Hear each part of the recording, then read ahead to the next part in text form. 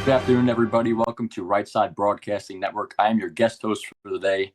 My name is Matt Kane. For those of you who don't know me, I was with the network about a year and a half ago, down the home stretch of the historic 2024 general election, where I had the absolute privilege of covering so many of the president's historic campaign rallies right before Election Day in 2024. Now, today, the president heads down to the Villages in Sumterville, Florida, to tout the successes of the One Big Beautiful Bill, many of those surrounding the no tax policies, no tax on tips, overtime, Social Security, and a lesser-known provision known as the senior deduction, which grants tax deductions of $6,000 per senior or $12,000 per couple for those 65 and older who qualify. And down in Florida, where the president has had such success, we're sure that will be met with warm applause. Now, before he arrives, we're going to bring you pre-coverage discussing all of the news from the past week, of which there was no shortage of.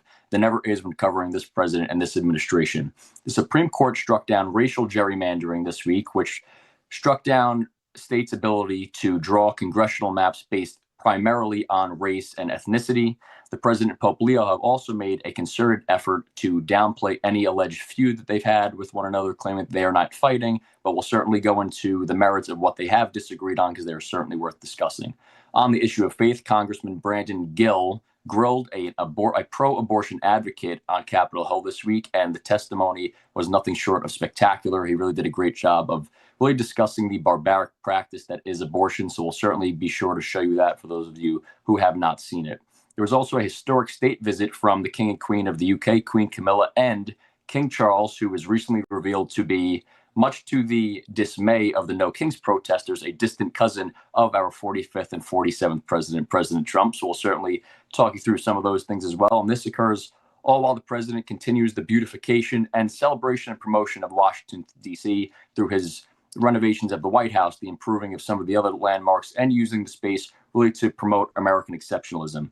The DOJ has also been quite busy, really since acting Attorney General Todd Blanche has taken over for Pam Bondi, who was there for just over a year. We'll get into the various investigations that they're involved with now, but leading first, we want to begin with James Comey. Everybody saw the news these past couple of days. He turned himself in the District of Eastern Virginia. Now, he won't be tried down there, but we know that he's been indicted for his messaging 8647 in the sand, which is a call to dispose of Trump, or however one would like to describe it as, but we all know what that alludes to and how many people take that. So he turned himself in the Eastern District of Virginia just this past week, but the trial will most likely happen in North Carolina, given that that's where the photo was taken. Now, we'll get into that a little bit more, but that's significant because in Eastern Virginia and really the whole Northeast of the country, while jury pools, as we know, are supposed to be an unbiased jury of peers, they lean predominantly liberal as you get to the Northeast. And North Carolina, being a swing state and typically more of a toss-up, it's more likely to be a even down the middle jury pool. So for those of us, most Americans who are seeking a fair and impartial jury, we will likely get a much better hand down in North Carolina as Americans as this trial unfolds. President Trump was asked about James Comey, former FBI Director James Comey, that is, and he certainly had a lot to say about that during an Oval Office presser, amongst many other things. So we're going to take you to that clip right now. We want security, okay? We need security. We want security. The Democrats don't think we need security. They actually do, but they suffer greatly from Trump derangement syndrome, like at levels that nobody's ever seen. They're sick people. There's something wrong with them. They don't want to pay anybody for security. They don't like ICE. They don't like Border Patrol people. They don't like the people that keep us safe. You know, when they ran this, they let 25 million people into our country, and many of those people were from prisons. They were from mental institutions, drug dealers, murderers, 11,888 murders, half of whom committed more than one murder. They think that was fine. I happen to like law enforcement. They essentially want to defund law enforcement. And I don't think the public's going to let them get away with it. You know, we got it all approved in the great big beautiful bill, and they want to renegotiate. We don't like that. Mr. President, the King's speech that he made to Congress, he spoke strongly, forcefully about the necessity for a strong NATO alliance. He also spoke about the necessity to continue to support Ukraine. Did his speech in any way change your thinking on either of those issues? Well, you have to understand, my thinking is, I think, exactly correct, but I was very disappointed with the fact that when we called on them to give us a little hand, we didn't need it. I actually did it just to see whether or not they'd be there. When we called on NATO to give us a hand with Ukraine, and in particular the most recent, we asked them to do certain things on Ukraine, and we also wanted them to do things with Iran. And on Ukraine, they're very much involved, but they didn't do things the way we would like to see it. It's been going on for a long time. And on Iran, they weren't there. As you know it better than anybody. They weren't there. The king is fantastic. We spent a lot of time together. We had a lot of talk. We talked about this also. And he loves his country, and he's a great king, and he's a great friend of mine. And I think if he were doing that, if that were up to him, he would have probably helped us with Iran. He would have followed the suggestions we made with respect to Ukraine, because we have some disagreements on Ukraine, and not having to do with NATO so much as European countries. But no, he's coming back tomorrow. We had an incredible evening last night, and he's leaving tomorrow. He's going to come back and see us before he leaves, and but I think he's a phenomenal representative for his country. I think the people in the United Kingdom should be proud. I loved the speech yesterday. I watched it. I loved the speech last night. I don't know about my speech. I thought my speech was okay too, but I thought he was. I think he's an unbelievable king, and by the way, an unbelievable queen. They are a great couple. This morning, we were talking about how busy you were this morning. James Comey was in court. He self-surrendered. He's now in charge a second time. This time over a social media post with seashells that said 8647. Do you really think that he was endangering your life or threatening your life with that? Well, if anybody knows anything about crime, they know 86. You know what 86? It's a mob term for kill him. You ever see the movies? 86 him. The mobster says to one of his wonderful associates, 86 him. That means kill him. It's. I think of it as a mob term. I don't know. People think of it as something having to do with disappearing, but the mob uses that term to say when they want to kill somebody, they say 86, the son of a gun. I'm trying to keep the language nice and clear. They don't use that term, son of a gun. They use another term. But that's a mob term for kill him. Yeah. But do you really think your life was in danger? Probably. I don't know. Based on what I'm seeing out there, yeah. The people like Comey have created tremendous danger, I think, for politicians and others. Comey is a dirty cop. He's a very dirty cop. He cheated on the elections. He tried to help Hillary Clinton, as you know. He dismissed a lot of things that he should have proceeded with. I wasn't involved, but he should have proceeded with. No, he's a dirty cop. He's a crooked man, yeah. Mr. President, you just described there's been a disagreement between the U.S. and Keir Starmer on support for Iran. Did your visit with the king smooth that over or create any more? My visit with the king really was it was extraordinary. I mean, he's an extraordinary man. He's an extraordinary person. And yeah, it helps from the standpoint that, when you like the king of a country so much, it probably helps your relationship with the prime minister. But, in that case, the prime minister, I said, do you want to send a little help? He said, no, we'll send it after you win the war. I said, that's not good. That's not good. What do you think of that, Jared? Sending help after we win the war? I don't know. Something that bothers me. I don't want to get you guys involved, but I can imagine what you think. So you see quintessential President Trump there, wide-ranging, a little bit of humor infused. We'll get to the Comey comments shortly, but I think something that's very telling was early on in that question from the reporter, he spoke about NATO. And NATO has been something that the president has long railed against, not as an institution or as a group, but about the fact that they don't pay their fair share. Now, he's done a great job of getting them to foot more of the bill. I'm sure there could always be more. But I thought it was very interesting to see not just the war and how it was unfolding, but the mind of the president, as many of you already know. But to see him really use a lull in the war, meaning a time where they didn't need the support. America doesn't need the support from NATO, but to really see who would be there and who would be loyal. And he pretty much just pulled back the curtain there to say he didn't really need their support, but he did want to use it as a litmus test to see who would be there in a time of need. Now, the other side obviously didn't know that we did not need them. When you're asked for help, you assume that that's what's needed. So for them to show their true colors, I think was very telling for the president. Now, he also spoke about James Comey. Now, since this indictment came down, but even prior to it, when this investigation began, I believe about a year or so ago.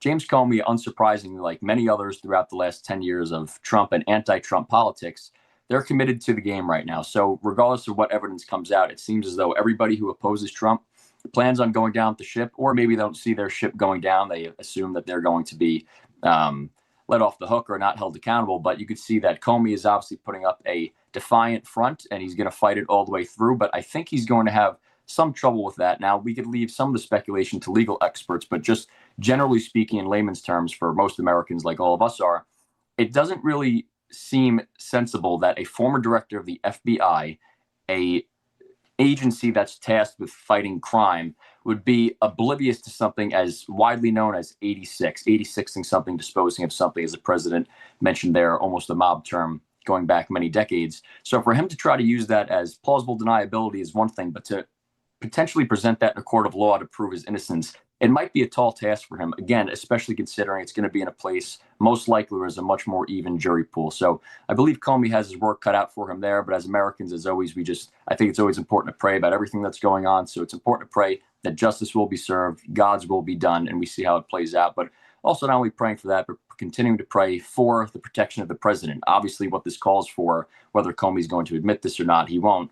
But obviously, it alludes to bad action taken against the president of the United States, this president in particular, who now has been at the receiving end of 3 assassination attempts, obviously this past weekend at the White House Correspondents' Dinner, close enough where the president had to not return to the dinner. They had to postpone it a little bit into the future. Now, he commended law enforcement for acting quickly, as he always does. He always has their back, and he loves the Secret Service. But I think most Americans would agree they feel it's a little bit too close for comfort. There was obviously the second assassination attempt at his golf course down in Florida, where a man with a gun was waiting in the weeds just a couple of holes away on the course, waiting for the president to arrive, and they caught that, again, by the grace of God. And obviously everybody remembers Butler, Pennsylvania, where it was millimeters from actually being a successful attempt. So we always have to pray for the protection of the president, all of our leaders, as they embark on such important work to really restore the country. So we're going to take a quick break, give it a listen from one of our sponsors. And before we do roll that, I just want to thank all of our sponsors, and not only on behalf of the network, but really on the viewers, because if you're watching this network, it means that you've been along the ride for this decade plus now of the Trump, what's going to be known, if not already, as the Trump era of politics. And the only reason we're able to cover it like no other network does, where it's so extensive and basically covering everything the president does, is because of all that we get from our sponsors. So we just wanted to say thank you very much. You'll see a bunch of them throughout the day, but for now, we're going to roll to the first one. We'll be right back. As you know, we're right in the middle of peak allergy season, and for a lot of people, it's hitting hard right now. Congestion come out of nowhere. And it's not just the symptoms, it's how it affects everything else. Your sleep, your energy, your focus throughout the day. Most of the time, it hits before you've had a chance to prepare, and it's something we see year after year. And that's why more Americans are starting to prepare ahead instead of reacting last minute. With All Family Pharmacy, you can get access to common allergy medications like nasal sprays and inhalers, along with other prescriptions people rely on this time of year. And the process is simple. You go online, you fill out a quick medical form, and a licensed doctor reviews it. And if appropriate, your medication ships straight to your door.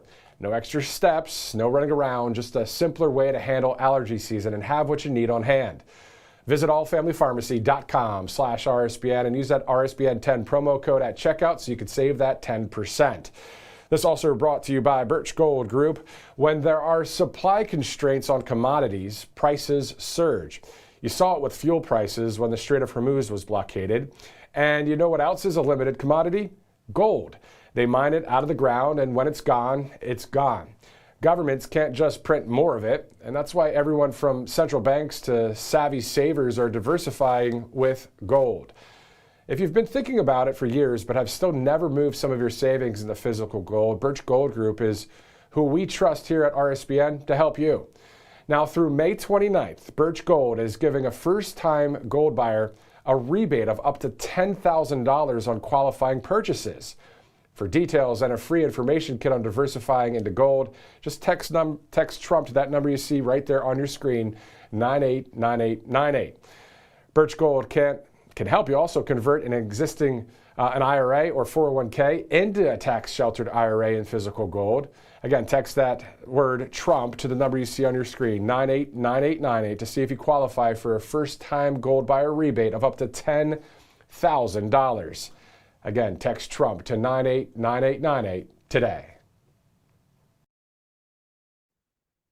And welcome back to Right Side Broadcasting Network. For those just tuning in, the president is headed down to the Villages in Sumter, Florida to tout the successes of his One Big Beautiful Bill, specifically the provisions that resulted in great gains for Americans this year, more savings for Americans with no tax on tips, overtime, Social Security, and the lesser-known provision known as the senior deduction, which will grant tax deductions up to $6,000 or $12,000 for senior couples 65 and older who qualify. And now if you're going to do that, what better place to go than the Villages? It's in the state of Florida where so many seniors reside in their later years in life. The president himself is a native of Florida, although as a New Yorker myself, we still claim him, but we'll talk more about that and his origins later on. And really, it is a state, though, that's delivered the president so many election victories, not only in the primaries, but in the general election.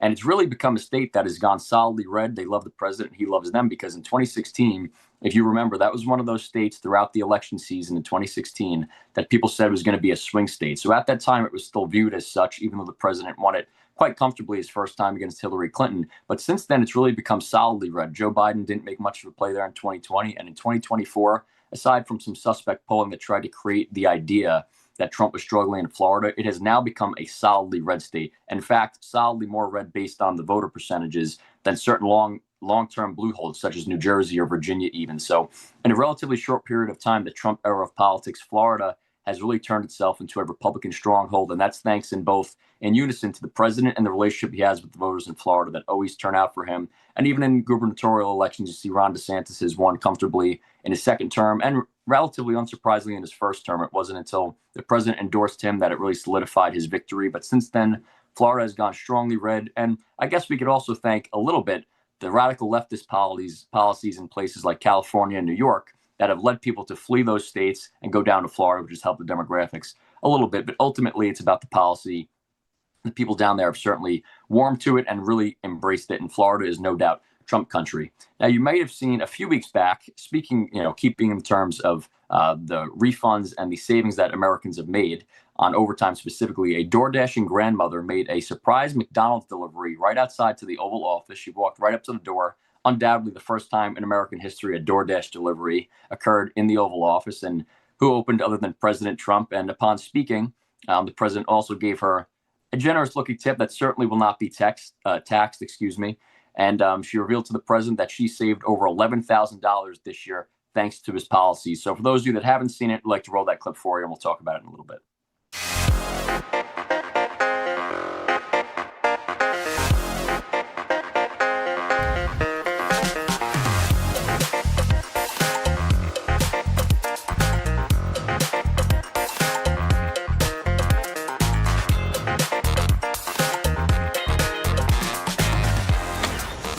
Yeah, nice to see you. Nice to meet you.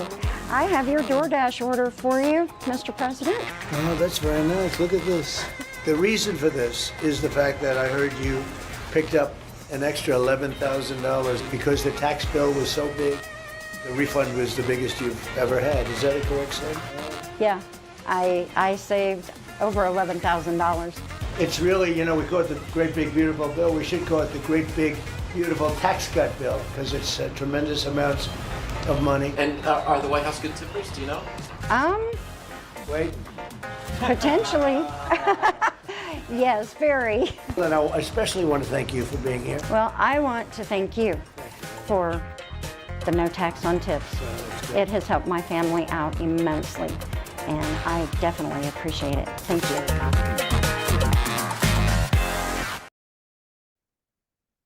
Now, you see the classic showmanship there from President Trump, and we'll get into the substance of it in a little bit, but the president even remarked that it's a little bit cheesy in his own words. He spoke right after it. Now, he says a lot of the things we do in politics, we meaning him, presidents, and other politicians, are cheesy, and he's right. But I think what's something that everybody's noticed really over the past decade plus is that these allegedly cheesy moments, and they are cheesy, I guess, in nature. Trump has he's a showman. He used to do The Apprentice, as we all know. He's always been great with media. He really turns them into these great moments that work to his benefit. Now, that's not always the case. You always see the stereotypical photo of people at the Iowa fair that are trying to get involved in a primary election, flipping the burgers. And it almost looks like people that are out of their element. You even see those infamous photos of Hillary Clinton walking into a more middle-class, working-class home back in the 2016 election, and she looked like she was in a state of absolute shock. When the president does that, despite all of his net worth and all of his great career earnings financially, it's a lot different for him. You saw at the end of the campaign in 2024, there were a lot of, again, quote unquote, cheesy moments, but they really weren't cheesy. You saw the president lean into Kamala Harris's claim that she worked at McDonald's, and no one really was able to verify that. So he throws on the apron and got back in the kitchen with the actual McDonald's employees. And it really made for some great photogenic moments throughout that campaign where there were so many iconic ones. And it certainly didn't hurt him. It certainly helped him, I would say. But if anything, it was neutral.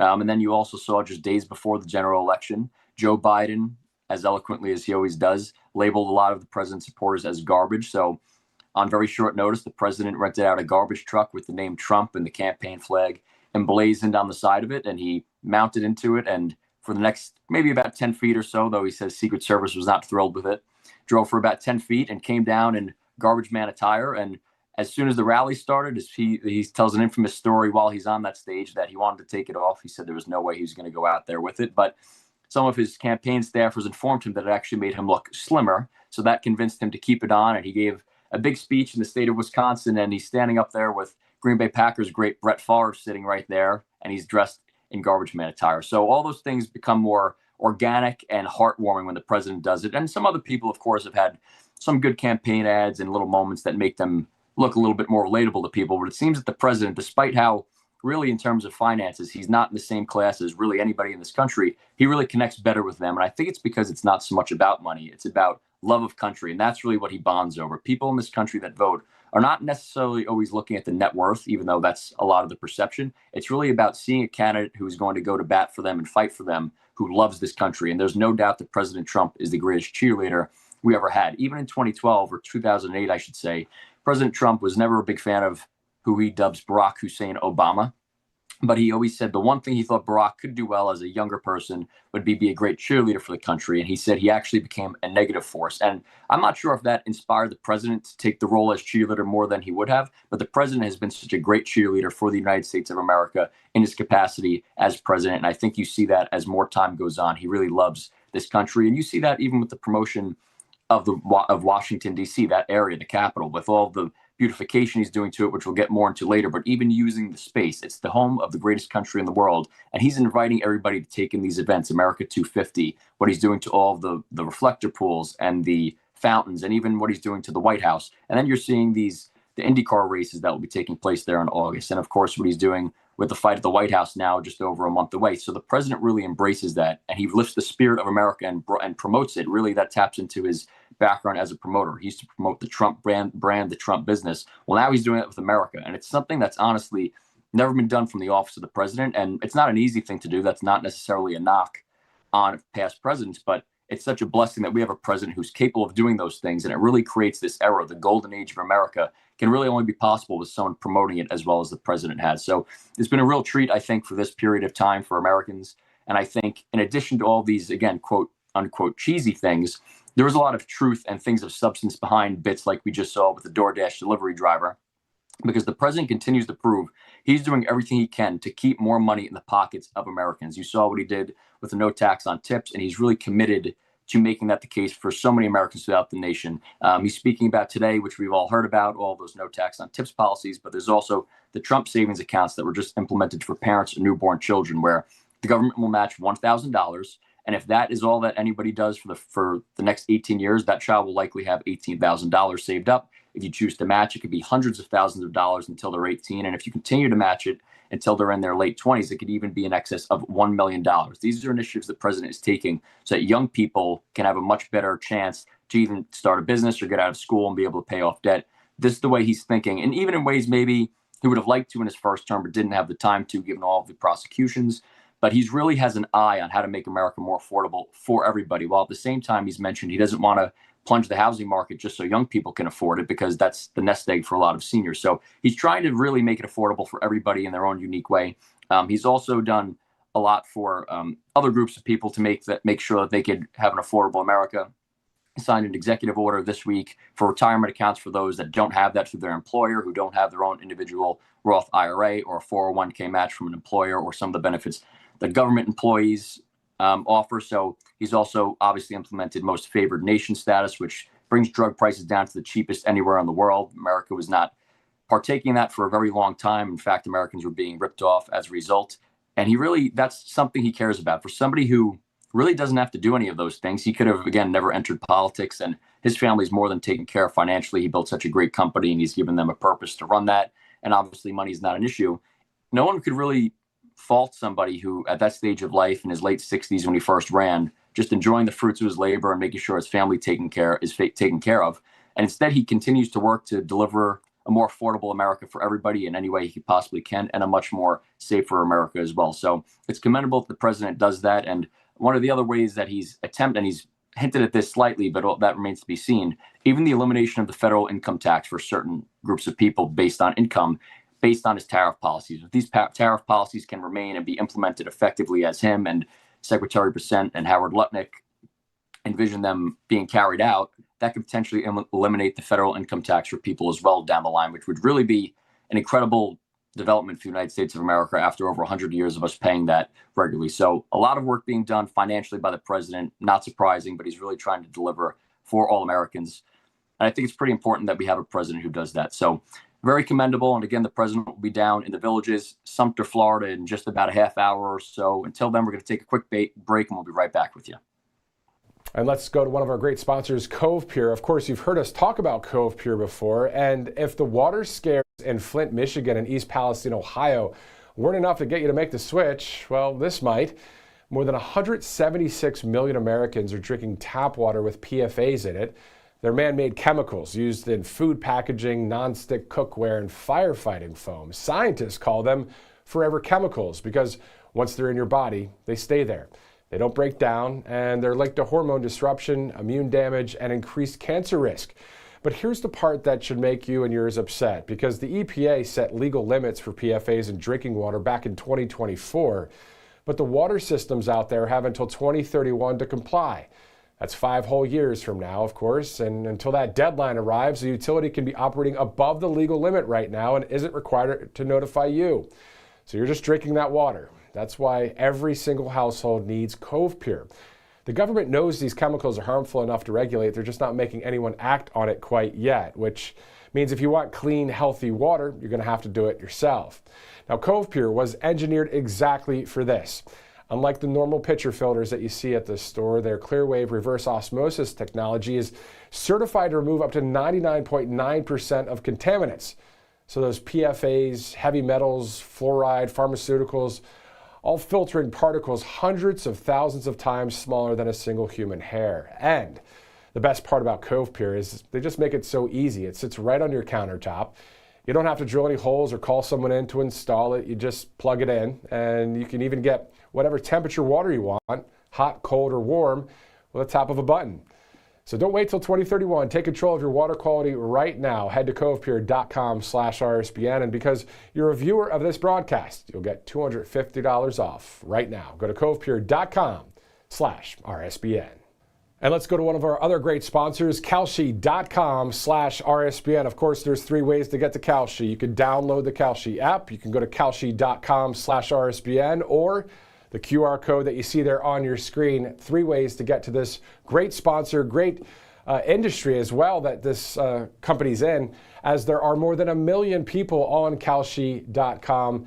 And then if you go to /RSBN, you also get a little bit of a gift there too. So a great sponsor here on Right Side, as people are betting, trading, and just checking out a number of polls on all sorts of topics out there, from politics to sports to faith, weather, music, science, technology, all the things. Welcome to Right Side Broadcasting Network, your trusted conservative news outlet. At RSBN, we deliver the truth when the mainstream media falls short. Since 2015, we've proudly broadcasted every single one of President Trump's iconic MAGA rallies, bringing you the excitement and energy live before anyone else. By watching RSBN, you get an unfiltered front row view of the action on the ground. We interview the crowds to give a voice to millions of Americans just like you. We show you President Trump's speeches in their entirety, free from interruptions and censorship. We cover the stories that matter to you with the integrity and passion you deserve. Thank you for choosing RSBN as your home for America First News. Together, we stand strong, united, and informed. So join us and be part of the right side of history. Hey y'all, it's Silk from Diamond and Silk Chit Chat Live. Look, don't forget to watch my show right here at Right Side Broadcasting Network, and I want you to support Right Side Broadcasting Network. It's imperative that you do so, okay? Bye-bye.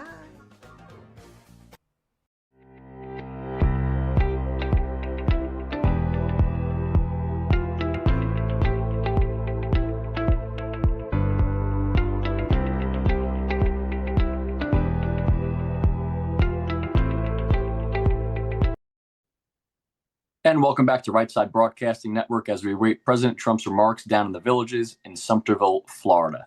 Now, earlier this week, the Supreme Court delivered a major ruling declaring that congressional maps could no longer be drawn based primarily on race. Now, this comes around the same time that Virginia's highly partisan map that was going to favor Democrats 10-1 in a state that the electorate is really more of a 50-50 toss-up was also struck down. So, as you can see, the Supreme Court is taking action given the fact that this is a midterm year, they're making sure that they tackle these things prior. Now, as a result of this ruling, the way has been paved for countless states to redraw their maps that were previously drawn under these previous conditions.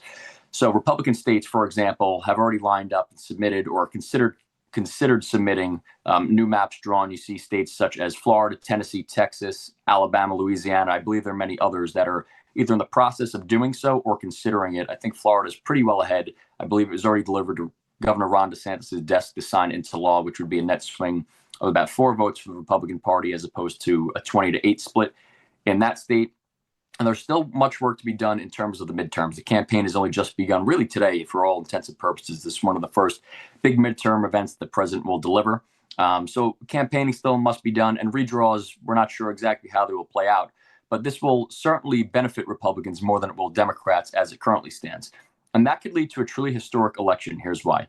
The midterm referendum is very real. Anytime a president takes office for the first term, not that this is President Trump's first term, but it was a non-consecutive term. So for all intents and purposes, this is the first term, and he swept in with the House and the Senate. Now, normally when that occurs due to fatigue, complacency from the winning party, the other party fearing that there's too much consolidated power, or Democrats redrawing the maps and being more aggressive in doing so, the president's party always loses one chamber of the House. In fact, Bill Clinton lost the House of Representatives to Republicans for the first time in nearly 40 years. Barack Obama suffered a massive referendum in the 2010 midterm elections. Now, President Trump even lost the House in his first term, but not really at the extent that other predecessors have. He maintained a pretty solid lead in the Senate, meaning the Republican Party. The House was only lost by a couple of seats, and that was in spite of the fact that John McCain infamously turned down his biggest piece of legislation to that point, the thumbs down in the chamber of Congress. And so right now, if you're looking at the lay of the land, the maps have now been, they haven't been redrawn yet, but the way has been paved for such a thing.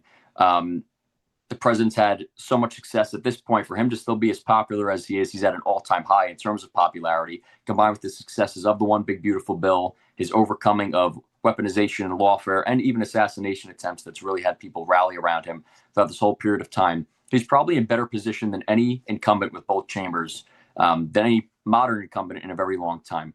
And specifically the One Big Beautiful Bill, but also the potential passage of the Save America Act, which has not yet been signed into law. But if it does, it would really deliver something that even 78% of Democrats, which is the lowest threshold, support, which is voter ID is needed to vote. But even prior to voting, you need proof of citizenship within the United States of America to register to vote. So that comes first. And then you would need to vote in person showing a voter ID. And it would greatly curtail how frequently and how accessible mail-in ballots are, really cut back on the mass mail-in ballots that we know are obviously easily exploited. Even if the 2020 election did not happen, it's always been a fear of everybody that mass mail-in balloting is opening up the door for fraud. And then 2020 just confirmed that in spades.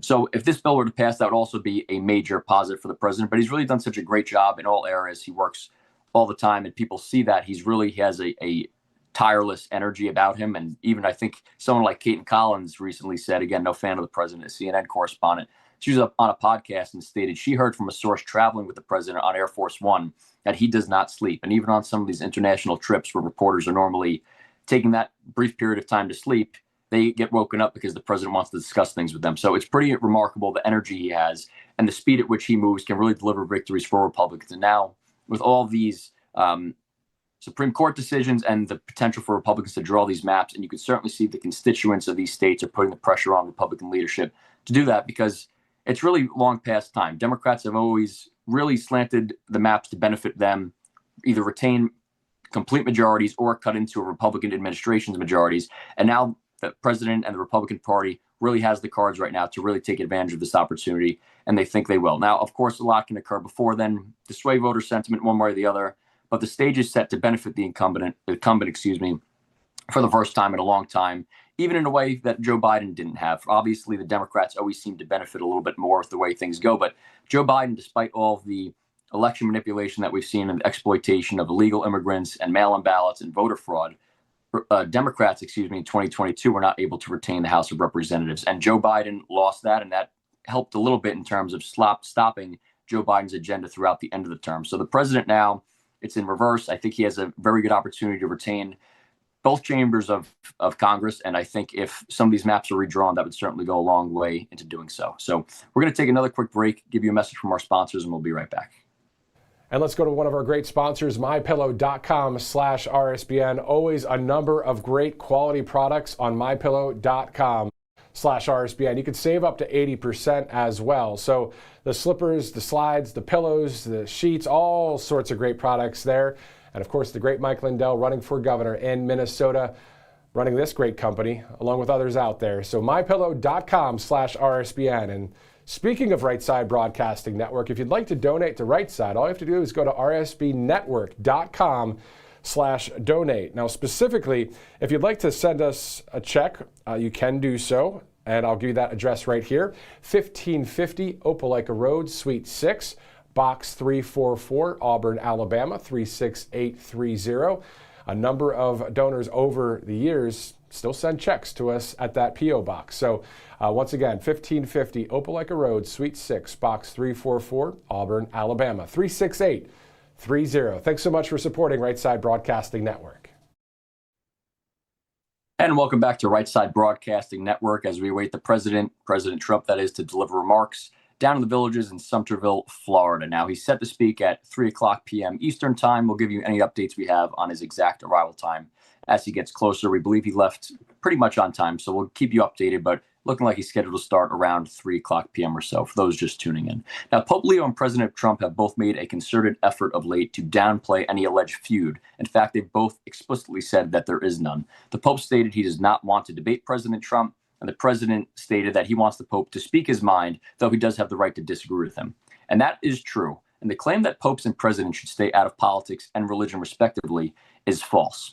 It would certainly be better for the Pope to not criticize the president, or say nothing at all, I should say, than to attack him. But nobody would disagree that it would also be a positive thing for him to commend the president for his countless victories for Christians and Catholics, as opposed to saying nothing at all.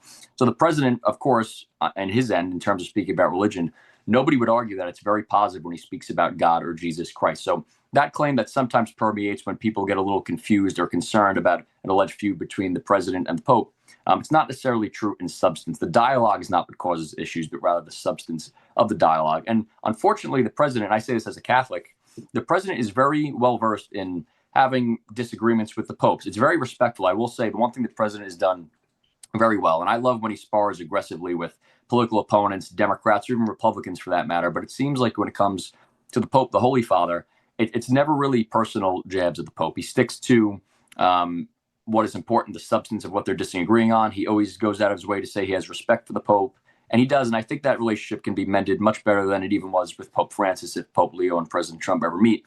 But it's important, and I think the president's aware of that, and he does so well with Christians and Catholics, and his approval rating has actually gone up with Catholics. So I think he's walking this line quite balanced. But something that many non-Catholics may not know, and I do know as a Catholic, is that the Pope is not infallible, meaning he can be wrong at times, and Catholics are permitted to, again, respectfully disagree with the Pope. And as always, we're supposed to pray for their discernment, which we all should do.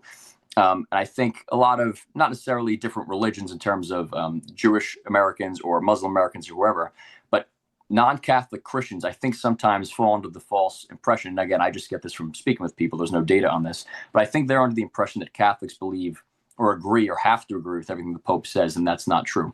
Only when he's speaking from what's referred to as the seat of Peter, which has not happened since 1950, are Catholics compelled to really agree with the substance of what he's saying. So the Pope, who's attacked President Trump on war in general, as well as immigration, is, in my humble opinion, I say this with the utmost respect for the man who leads Christ Church, is unfortunately wrong. And here's why. There's what's known as the just war theory, which is outlined by St. Thomas Aquinas, and it lays out the criteria that must be met for a war to be considered just. So right off the bat, that tells you not every war is unjust. The Catholic faith, the Christian faith, is not pacifistic, as many would have you believe. But there's three criteria that must be met for a war to be considered just. The first is the war must be carried out by a legitimate government authority, and that would be President Trump as the president of the United States. That's inarguably the first criteria is checked pretty much automatically anytime the United States government is involved in a war. So that's number one. Number two, in terms of the criteria that must be met, is that it must be due in response to an attack or preempting an attack that's known to occur. Meaning, for example, Iran, in that case, it's pretty much inarguable that, ironically, 47 years, given that it's President Trump is the 47th president, but for 47 years, there have certainly been unprompted or unprovoked attacks that they have carried out on innocent people in that region, as many other countries do in that region as well. But keeping this focused on Iran, since that is who the war is between. But Iran has certainly done those things. So I think the president is well within his rights to not only just defend American interests, but also absolutely be charitable to other countries in the region who may be suffering under that regime, I should say. And the third is that it cannot be done in excess. So, for example, if the president is to continue these military actions, and right now all indications are that he would not do what we're about to speak about, they can't be done vengefully or to assert dominance or might or power. It must be done to simply end the threat, not only the active threats, but any future threats. And I think if you really understand the president's peace through strength agenda, and despite claims from who the president has dubbed panicans, he's never been a pacifistic person, the president. He absolutely celebrates and promotes the power of the American military, the American might. And he's always willing to use it, but he always absolutely seeks diplomatic negotiations first. He's ended countless wars this term. I believe it's up to 9 right now, and potentially 10 with the conclusion of this in Russia and Ukraine at a certain point too. And he doesn't just go in and take action, certainly against civilians ever, but you really see that the president always applies for diplomacy first. He did that even with Iran throughout, really after taking office for the second time. And so at this point, if one is to have any opinion on it, it would certainly be that this war is just. But really, the best thing would be to wait until this war is concluded, where a proper and accurate assessment could be made about all the components of what went into this war. So I think the Pope's a little bit ahead of his skis on that. And it almost, I'm not saying this is the Pope's intention, I can't speak for him, but it's almost as if he's coming across to say all wars are unjust right off the bat. And again, that's just simply not aligned with what Catholics believe in, and that's the church he leads. So it's important for Catholics to pray for the discernment, and all Americans to pray for the discernment of the Pope. The second area he's hit the president on greatly is immigration, making these espouses a lot of these platitudes to suggest that, everybody could come in and that's what Christ would do. I'm paraphrasing what he's saying. That's also not true, because the Catechism, which is where the church explains where they stand on everything, states that a legitimate government entity has the right to determine who and from where and when immigrants come into the country, meaning the president of the United States is absolutely within his rights to assess the lay of the land and say that we've had a border that's overrun for many years, and we need to curtail this, we need to stop this, we need to pause it, we need to do a better job of vetting, really all the things the president is doing. And Pope Leo, in one of his statements to the press, said he disagrees, again, I'm paraphrasing, that people that have been good citizens for 10, 15, or 20 years are now being targeted. Well, again, not every single illegal alien that's come to this country has committed crimes beyond illegally entering, but illegally entering is in itself a crime. So if the president feels that all legal aliens need to be deported, he's well within his rights, and the Catholic Church would affirm that. That's why when the Pope says these things, it creates a little bit of confusion for Catholics and really Christians too, because I think obviously Catholics are well aware of what the Pope says and does, because that's their faith. But I think Christians pay attention to it as well, especially being that it's an American Pope now. I kind of joke that I'm sure a lot of eyes rolled throughout the world as the white smoke billowed from the Vatican to see who the new Pope was after this era of Trump and Americanism really spanning the globe. And of course, the first time it's an American Pope is in the era of Trump. I think there's some irony there. And as an American, we love it, but we'd also like if the Pope would perhaps hear the president a little bit more. And I really think, though, they've both done a great job of keeping tempers cool and speaking about, not wanting to have a further feud with one another. And again, the president has said he wants the Pope, not that the Pope's allowed, but he wants the Pope to speak his mind. And I think the Pope also understands the president has to speak his mind. So again, it's been very respectful in terms of the discourse. Obviously, the substance is strong. It's about two very important issues, immigration and war, two things that affect humanity greatly. But there's been a certain, you might not see it through the clips and the 5-second things you see on social media, but I do think the president and the Pope have remained cordial enough where at a certain point they'd probably meet. I know the Pope's been invited to meet, especially celebrating America 250. I think he's declined as of now. But at a certain point, I'm sure they'll meet, as President Trump did with Pope Francis too, and I'm sure they'll be able to, not necessarily work something out. There's no agreements there, but just maybe come to a more greater understanding of one another as that time comes. And what's unfortunate about this, again, slight feud that has subsided a little bit, is that President Trump's done a ton of great work for Christian Americans, delivering Christian victories. There was obviously, in his first term, he said he would appoint pro-life justices. He did just that, which led to the overturn of Roe versus Wade right after he left office in 2021. That's certainly nothing short of remarkable and a blessing from God that would happen. And that's really the first victory, just the first of many victories that the pro-life movement needs. And that could not have been possible without President Trump appointing those justices. So I think if the Pope does want to criticize the president on policy from time to time, obviously he's within his rights to do that. The president even said that, and he said he's allowed to disagree with him. But I think it would also be good to sometimes, in the spirit of good messaging and good faith, to also highlight that the president is nowhere near the things that his opponents label him as. And he's also delivered a lot of great things for Christians and Catholics. And he has not done that yet. And despite that, Catholics and Christians still greatly approve of the president. So I think that would have an even greater impact on that demographic if the Pope would come out and do that. So we'll see if down the line that happens. And I think as a result of some of these great pro-life victories, that was one of the things that prompted Congressman Brandon Gill this week to really grill a pro-abortion advocate on Capitol Hill. It was really a masterful takedown and exposing of what abortion really is. And it's a very delicate issue for pro-life people and pro-choice people or pro-abortion people, unfortunately. But unfortunately, a lot of that gets weaponized, and a actual substantive conversation about what exactly abortion entails is never permitted. And I think this was a very eye-opening moment for a lot of people. So we'll roll that clip and we'll talk about it a little bit after. You're an advocate for abortion, for abortion policy. What's your favorite type of abortion? I am an advocate for patients having access to the full realm of reproductive health care. But do you have a preferred method of abortion that you like? I do not. Let me read through a couple different methods, and I want to get your take on how much you like these. The first type is called a suction abortion. This is when the cervix is dilated and a strong suction, 29 times the power of a household vacuum cleaner, tears the baby's body apart and sucks it through the hose into a container. Do you prefer that method? I stand by my former testimony. That sounds kind of gross, doesn't it? Sounds pretty gruesome. Do you agree? It does to me. I stand by how I answered your question fully and accurately. Okay, what about this one? This one is called dilation and curettage. After dilation of the cervix, a sharp looped knife is inserted into the uterus. The baby's body is cut into pieces and extracted, often by suction. Do you prefer that method? What I believe we are here to talk about today is the FACE Act. We are not here to talk about the legality of abortion. I'm asking you, you're a pro-abortion advocate. I'm asking if you prefer the dilation and curettage method. I am an access to reproductive health care advocate. You don't want to talk about abortion itself. Why is that? I would prefer to talk about the reason that the committee called the hearing. Is it because it's uncomfortable to talk about? I would prefer it should be uncomfortable. I would prefer, if you would let me finish my statement, to talk about the Freedom of Access to Clinic Entrances Act, which is what I was asked to come here to talk about. We're talking about what that access gets. How about this one? It's called dilation and evacuation. Forceps are inserted into the uterus, grabbing and twisting the baby's body to dismember him or her. If the head is too large, it must be crushed in order to remove it. Do you prefer that method? I would prefer to talk about the reason the hearing was called and the basis of my expert testimony. It's uncomfortable to hear this, isn't it? It is. I think it is, because it's barbaric and evil. How about this one? It's called the saline injection.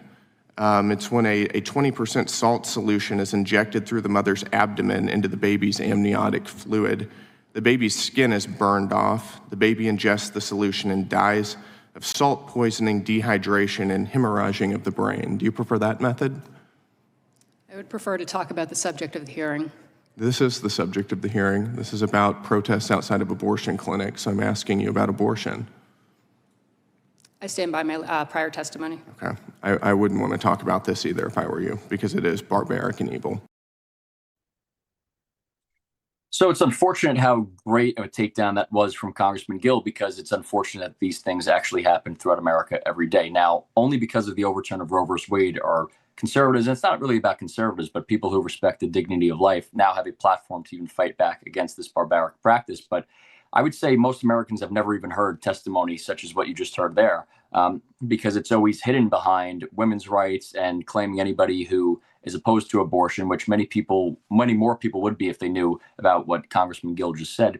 But it's always labeling people as wanting to control women's bodies or being inhumane and not caring about women's rights. But it's actually the opposite, because I don't think there's any scenario where what Congressman Gill just outlined, which is 100% true, by the way, I don't think most people in this country, even people that think of themselves as pro-choice, would be supportive of what he just outlined. And I think if conservatives did a better job, and hopefully he could be someone who spearheads this, of tackling that messaging instead of just being afraid of being labeled as someone who's anti-women or misogynistic or whatever these buzz terms they use to label them as, if they could fight back a little bit better, I think more people would become pro-life in a meaningful way and not just roll over and be fearful of things. So it's barbaric and it's evil, and I think Congressman Gill understands that, and we just want to commend him for unmasking that. Hopefully millions of people see that video and it could change some hearts and minds. So with that, we're going to cut to a quick break, and right after that break, it's going to blend into a interview with one of our sponsors at All Family Pharmacy. So we'll bring you to that, and then we should be pretty close to the president arriving in Sumterville, Florida, but we'll give you updates on that too. As you know, we're right in the middle of peak allergy season, and for a lot of people, it's hitting hard right now. Congestion, fatigue, and that run-down feeling that seems to come out of nowhere. And it's not just the symptoms, it's how it affects everything else. Your sleep, your energy, your focus throughout the day. Most of the time, it hits before you've had a chance to prepare, and it's something we see year after year. And that's why more Americans are starting to prepare ahead instead of reacting last minute. With All Family Pharmacy, you can get access to common allergy medications like nasal sprays and inhalers, along with other prescriptions people rely on this time of year. And the process is simple. You go online, you fill out a quick medical form, and a licensed doctor reviews it. And if appropriate, your medication ships straight to your door. No extra steps, no running around, just a simpler way to handle allergy season and have what you need on hand. Visit allfamilypharmacy.com/RSBN and use that RSBN 10 promo code at checkout so you can save that 10%. This also brought to you by Birch Gold Group. When there are supply constraints on commodities, prices surge. You saw it with fuel prices when the Strait of Hormuz was blockaded. And you know what else is a limited commodity? Gold. They mine it out of the ground, and when it's gone, it's gone. Governments can't just print more of it, and that's why everyone from central banks to savvy savers are diversifying with gold. If you've been thinking about it for years but have still never moved some of your savings into physical gold, Birch Gold Group is who we trust here at RSBN to help you.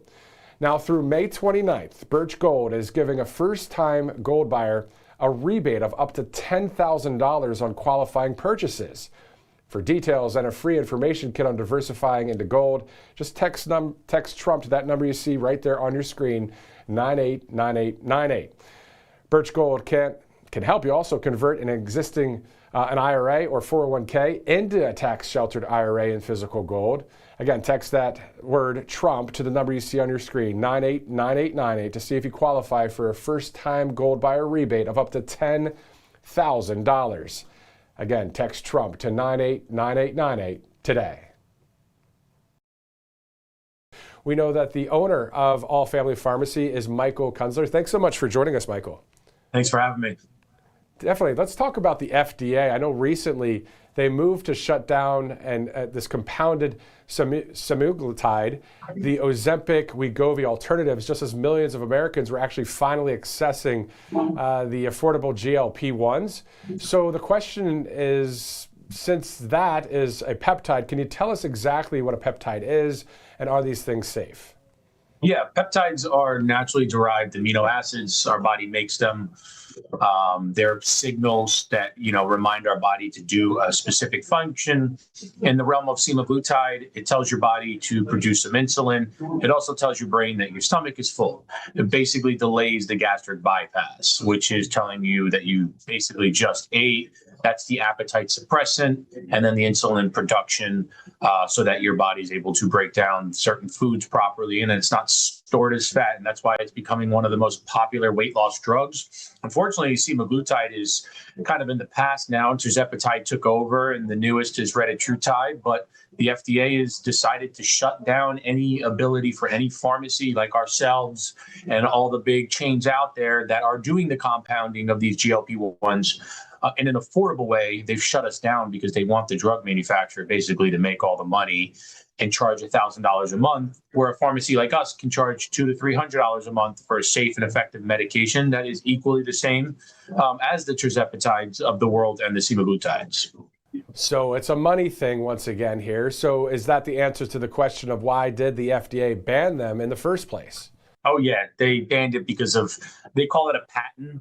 Right. It's based around a patent. The drug company is allowed to make this drug, sell it for whatever they want. They patent it for 10, 12 years. And then it holds people accountable on our level. We're not able to afford it or spend $1,000 or even $1,200, $1,300 a month on a drug that is saving patients with cardiovascular issues, diabetes type 2, or even pre-diabetic. And then those who are obese, it's helping them in so many ways, right?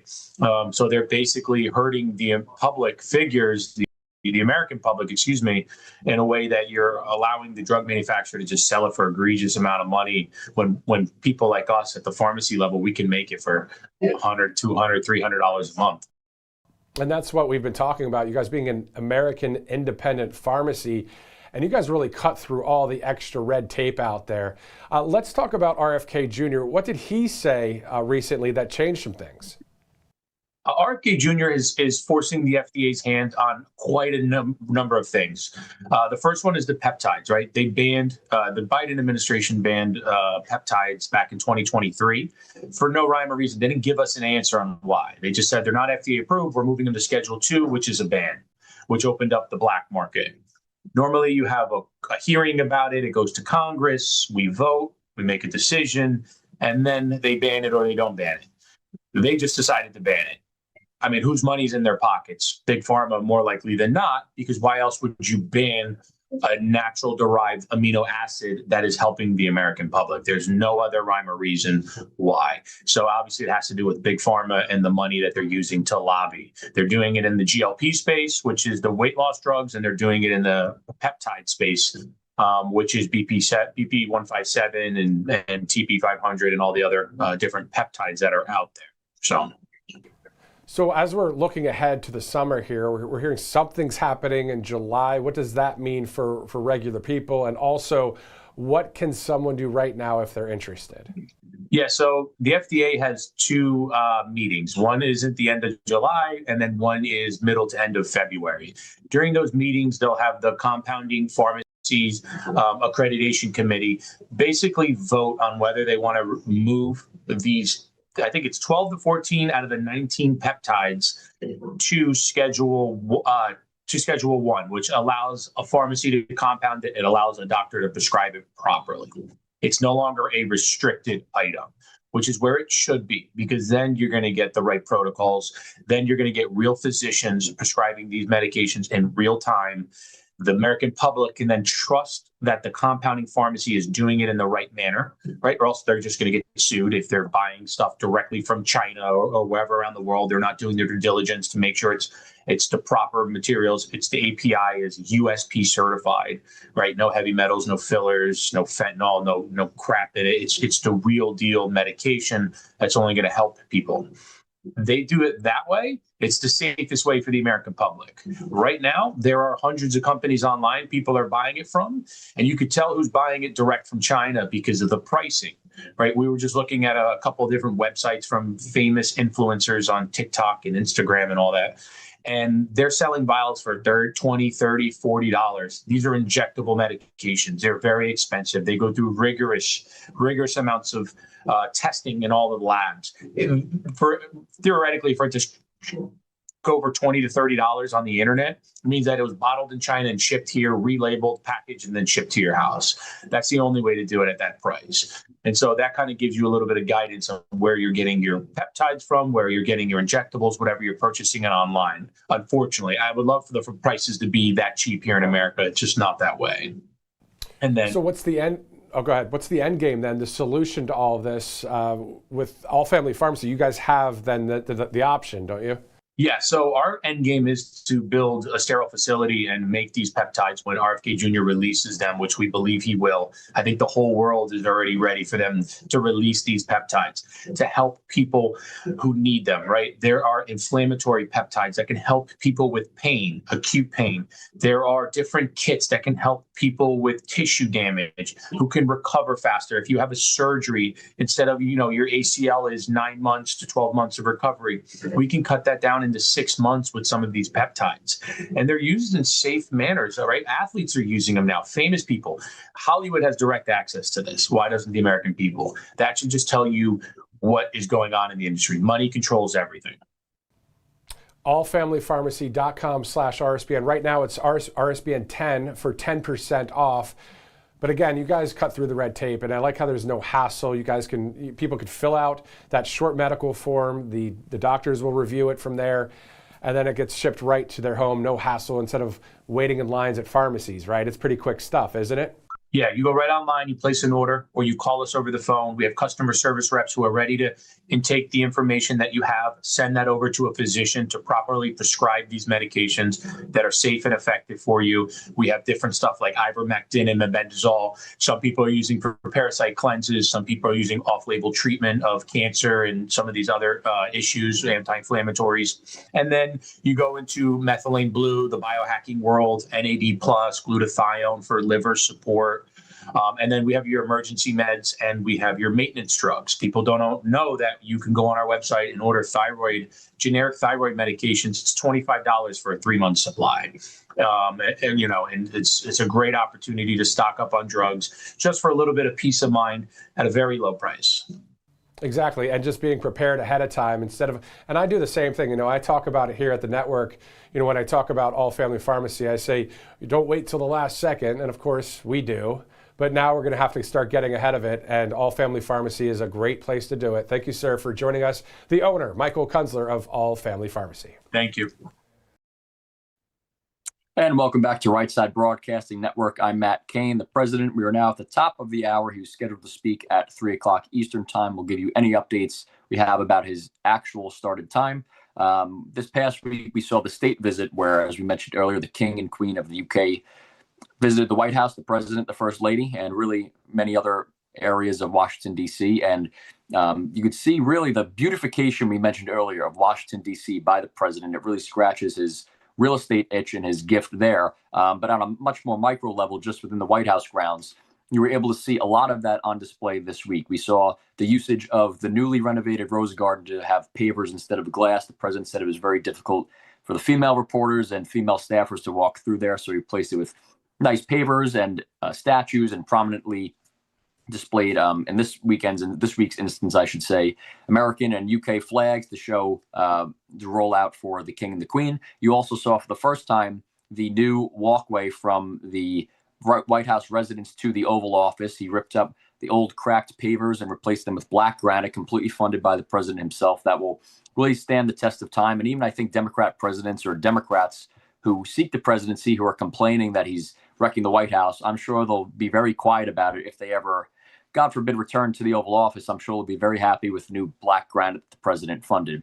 Now, one of the things that was also on display is the footprint of what will be someday the White House ballroom that the president has also funded from private donors. And the president himself, for all the flack he gets about it, he's already said he'll only be able to use it, if at all, for a couple of months towards the end of his term. It will really be for the future of the country, future presidents to host visits like he had just this past weekend. So if we could throw up element 2, we want to show you the president's renderings for the White House ballroom. We'll talk about some of the other projects he's working on when we get back.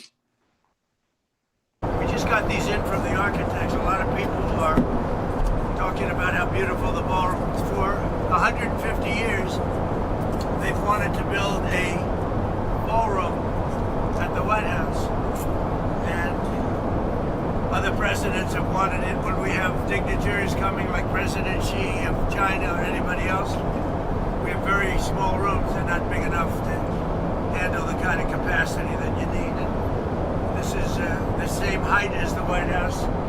It's an incredible fitting. You see what that is, right? Nice. I'll show you. Here's another view. This is coming from right opposite the Treasury building. Beautiful Capitol. Beautiful building. One of the, I think it'll be the finest ballroom of its kind anywhere in the world. A lot of people are giving it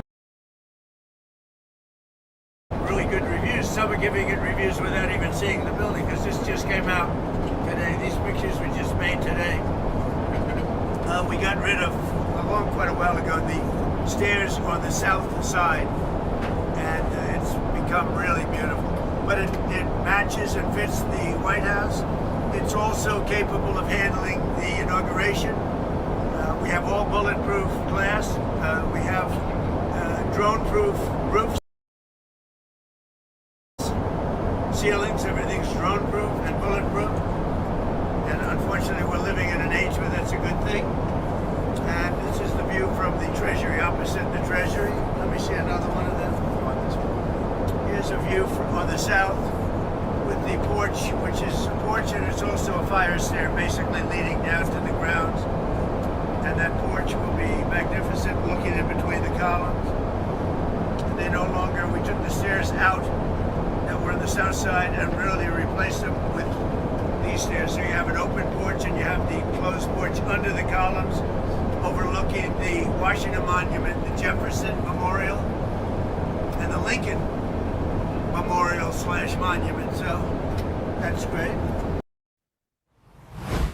So as you can see, the renderings are quite extensive, and really, if it weren't for such a partisan era that we're living in, I think everybody would really be happy with this development. It wasn't as if he ripped down the Oval Office or the West Wing. The East Wing has been something that's been renovated in the past and had much work done to it, despite claims that he was ripping down something that's been here since the beginning of our country's history. In fact, in the beginning of the White House's construction in the early 1800s, it was simply just the residence. So these renovations are not all that uncommon, except for the fact that this is privately funded from donors that the president has gathered together to really enhance the White House complex. And he's doing that with a lot of other projects as well. You saw what has been done with the reflector pools just this week. It was supposed to take many years, as the president said, and hundreds of millions of dollars. And instead, it took about a week. And the president was able to do it for just a couple of $1 million, which in the grand scheme of things is not all that much money for a government. And obviously, the left-wing influencers, if you want to call them that, on Twitter have distorted the images to make it look like some sort of pool resort or an aqua blue color. But in reality, it really just cleaned up the mess that was left there. And it's going to look great. And again, that'll be a gift to the whole country. Now, the president's also done a lot of work to clean up, even before the architecture. He sent in the National Guard to clean up a lot of the issues that were happening throughout the streets, a lot of the homeless and all the other issues on the streets. It's been cleaned up, and the National Guard presence has certainly played a role in that. There's even a couple of fountains across the street from the White House that have just simply been inactive for many years. And just the other day, the president posted to Truth Social stating that they are now operational and cleaned up. And, you know, that may not seem like the top priority, but number one, you have a president who doesn't sleep. So he has about double or triple the amount of hours in a day. And we're happy as Americans that he's really putting those hours to good use and cleaning things up. I mean, there's no reason for people to come to the greatest country on earth and want to go see their historic capital that they see online or on television or on postcards, and they get there and it's really not at all what it's made out to be because it's so run down. So having a president that really cares about the spirit and the image of America is very important. I think it sets a good precedent for future presidents to keep up on. That's also not that surprising. This president is very detail oriented. He said that comes from his real estate background, his business background. He was always very much into the details of his projects, his construction, his real estate. And honestly, this is a very special thing about this president. Obviously, his blueprint will be laid there, the MAGA blueprint, for hopefully all presidents, but realistically, only Republicans would likely follow that blueprint. But when it comes to that specific eye and some of the intricacies of Trump and his personality, these are things that will not be there with other presidents. He is one of a kind, especially in that regard. And I think amidst all the chaos that happens throughout the world, it would really be in everybody's best interest to cherish this era in American history where President Trump is back in office for a non-consecutive term, historic in its own right, but really seeing all these little projects, whether it's the flagpoles in the White House grounds, the renovations, all these other things he's doing. It shows that he really cares about the beauty of America. And for some people, it may have been dormant. You may not have thought about those things, but I think a lot of the things the president does that seems like common sense, they get your attention because you say, these aren't things I previously thought about, but they make perfect sense. Why not clean up this great city if we have the means to do so? And with all the other money we've wasted as a nation outside of the president's presidencies and spent money on stupid, wasteful things, why not allocate some of those dollars to making our nation's capital the most beautiful in the world? So it's a great thing. And you see the president doing all these things. And also, due to transparency of this administration and the great staffing and some of these members of it, you could actually see so much of these projects in live time instead of such as instances in the past where you have to wait for a president to leave office, him to write a book, documentaries, photographs that come later on.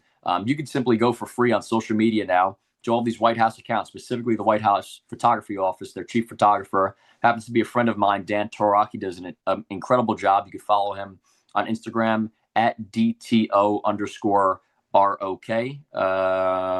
Instagram is DTO.ROK. On Twitter or X, it's DTO_ROK.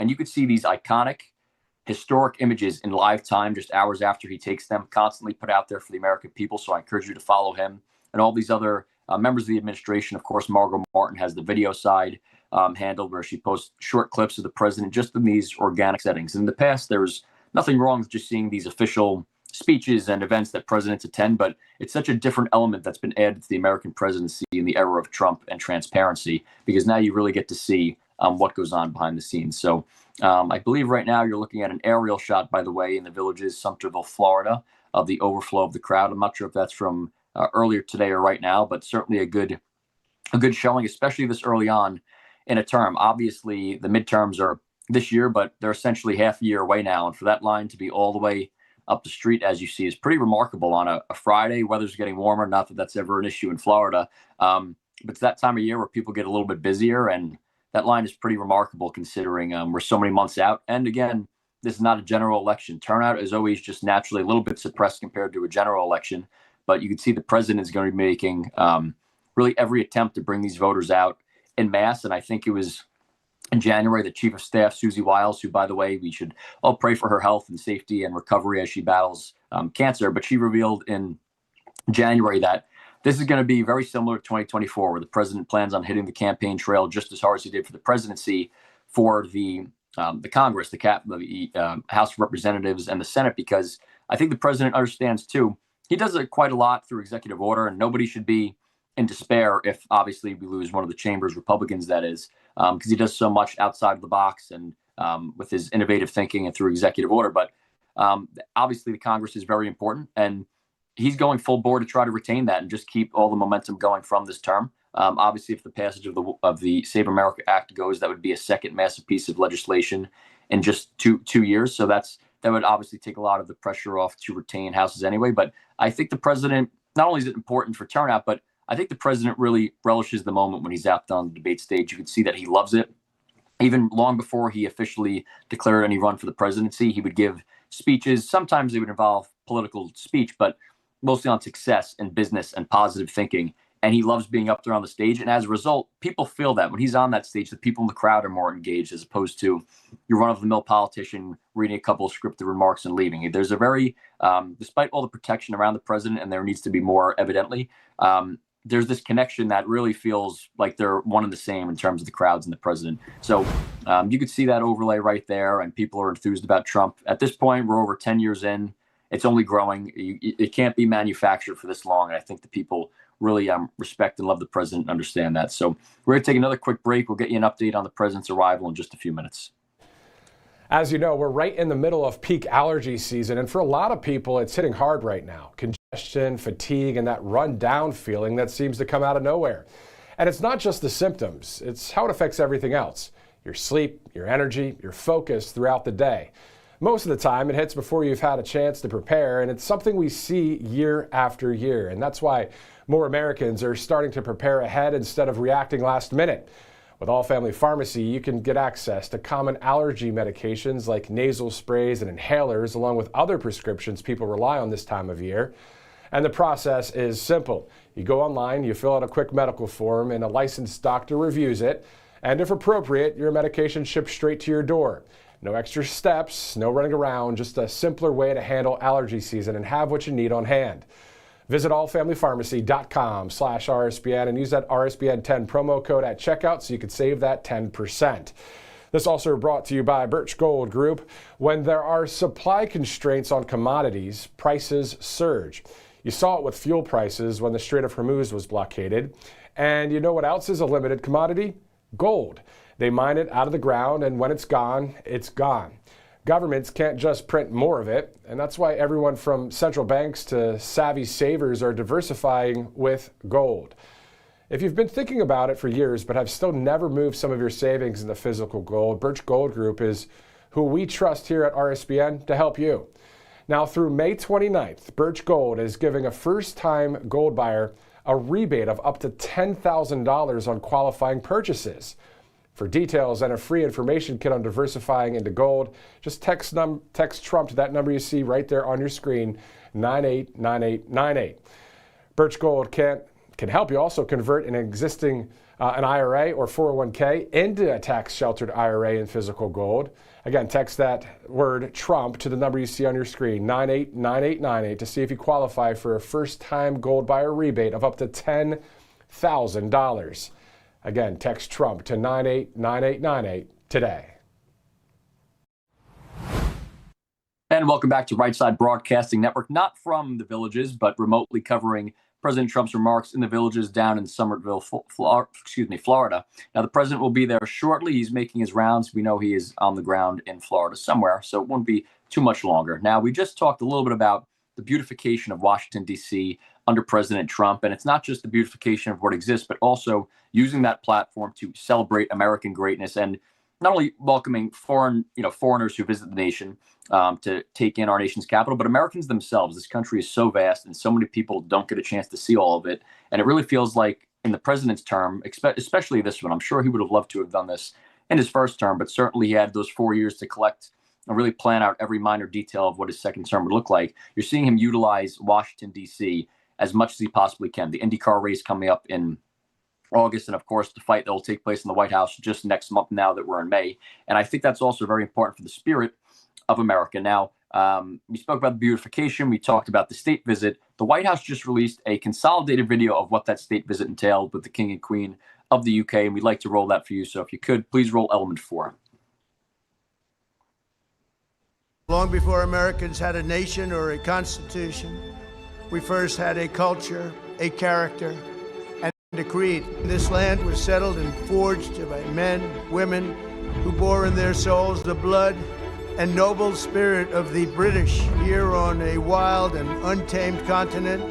They set loose the ancient English love of liberty and the Great Britain's distinctive sense of glory, destiny, and pride. As the direct descendant of King George III, I know our people have fought and fallen together in defense of the values we cherish. Across the ocean and from coast to coast, we have traded, innovated, and created together. We've stood together through the best and worst of times. The story of Britain and America is one of reconciliation from adversaries to the closest of allies. The American founding was the culmination of hundreds of years of thought, struggle, sweat, blood, and sacrifice on both sides of the Atlantic. American patriots today can sing, "My country, 'tis of thee, sweet land of liberty," only because our colonial ancestors first sang, "God save the King." On the eve of our 250th year of cherished independence, we turn to the sovereign embodiment of our British heritage and say sincerely thank you to our friends, the United Kingdom, for the richest inheritance that any nation has ever given to another. May our two countries stand together forever for liberty, for justice, and for the glory of God.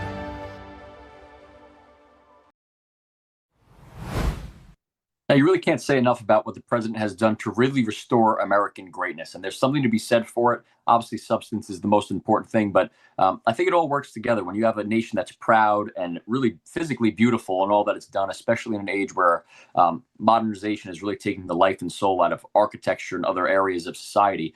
What the president's done to really restore that and build on it has really been incredible, and it's a very positive thing for the United States of America. And something else that's been done to really restore America to prominence is accountability. Now, obviously, leftists will shriek anytime that anyone on their side is held accountable or attempted to even be held accountable, that it's considered weaponization, how quickly they forget or selectively forget that it was this president who was taking fire from all directions completely out of line and in a way that shouldn't have been done. But recently, the DOJ has really taken drastic steps, really these past 3 weeks under interim AG Todd Blanche, and just a few things that happened just over the past few weeks. The infamous Leering Center that was uncovered by Nick Shirley in Minnesota was raided, and despite Governor Tim Walz trying to take credit for that, Kash Patel, FBI Director Kash Patel, quickly hit back and claimed that it was a federal investigation, which nobody really disputes. It was Walz who was most likely opposed to that just a couple months ago. A former Anthony Fauci aide was charged with conspiring to evade COVID-related requests. We mentioned Comey, of course. That was the one that took a lot of the attention, rightfully so, but there's also a lot of other things that are worthy of our attention. Act Blue has been under investigation, which is obviously a very big deal. A lot of donations have gone through there, and we're not quite sure where the money goes after that. And the SPLC was indicted for allegedly misusing donor funds to secretly pay confidential informants within extremist groups, concealing the payments via fraudulent bank accounts for fictitious entities. Now, unfortunately, we've gotten to a point where the information war is so strong. And both sides, now they're not the same size, of course, in number, but both sides are pretty much at a point where they don't believe the other. A Republican-minded idea might have evidence to it, and Democrats will refute it. Democrats may claim that they have evidence of something, and Republicans will do the same. I think at a certain point, you just have to leave that up to God and discern for yourself as much as possible and do your due diligence. But that's really a result of just these years of chaos and distrust that's been sowed amongst the American public as a result of politicians really wreaking havoc on the system and enriching themselves through it. So it's unfortunate. It's to be expected. But I really think after this time, I mean, the president could simply roll over and say, no, we need to put everything that's ever occurred behind us. But he would really be derelict in his duty if he were to do that. And he's expressed that he understands that. He has an obligation to tackle these issues and instruct his agencies to seek crime, taking care of crime in this country. And it's not just street crime, it's crime within our institutions and government. It might seem as if it would be a more positive thing to just roll over and allow these things to occur, but and move past it. But that really doesn't do anything in terms of accountability. And all it does is allow and signal to others who have similar ambitions to game the system at the expense of Americans that that's okay, and you'll get away with it because you're in a protected class. So the president is well within his rights to keep doing that, in spite of all the noise that he's weaponizing the system. In fact, even before he overcame the weaponization against him to return to the presidency, they were already trying or attempting to influence the public thought by saying, if he gets back in office, he's going to weaponize, while completely ignoring that it was being weaponized against him. And then going after such weaponization is not in itself weaponization. That's simply bringing accountability. And look, that's a basic human desire to see truth and justice delivered. You don't even have to take politics into account. I think everybody can relate to a time where they've seen injustice in their life, certainly not at this level that we see in government, but any injustice people see in their personal lives. It's a basic human desire internally to want to see people who do those things brought to justice, and the people who have been victimized to have closure and accountability delivered for them. So those are all very important things. And I think the president is, again, there's attempts on his life all the time, as recently as this past weekend. Hopefully they don't get close, but there will undoubtedly be people coming for his life until the end of his term and maybe even thereafter. But we have to commend him for his efforts to really target the evildoers in this country and continue to pray not only for his own strength, but his protection as well. So we're going to take a very quick break. We'll get back to you with some other news from today, and we'll give you updates on the president's whereabouts in just a few moments. Welcome to Right Side Broadcasting Network, your trusted conservative news outlet. At RSBN, we deliver the truth when the mainstream media falls short. Since 2015, we've proudly broadcasted every single one of President Trump's iconic MAGA rallies, bringing you the excitement and energy live before anyone else. By watching RSBN, you get an unfiltered front row view of the action on the ground. We interview the crowds to give a voice to millions of Americans just like you. We show you President Trump's speeches in their entirety, free from interruptions and censorship. We cover the stories that matter to you with the integrity and passion you deserve. Thank you for choosing RSBN as your home for America First News. Together, we stand strong, united, and informed. So join us and be part of the right side of history. Hey y'all, it's Silk from Diamond and Silk Chit Chat Live. Look, don't forget to watch my show right here at Right Side Broadcasting Network, and I want you to support Right Side Broadcasting Network. It's imperative that you do so, okay? Bye-bye.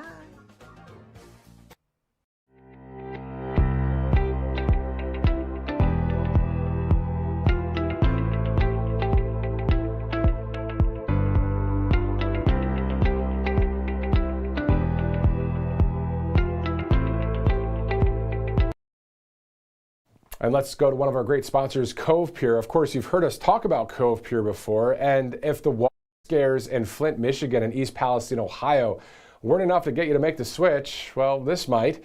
More than 176 million Americans are drinking tap water with PFAs in it. They're man-made chemicals used in food packaging, nonstick cookware, and firefighting foam. Scientists call them forever chemicals because once they're in your body, they stay there.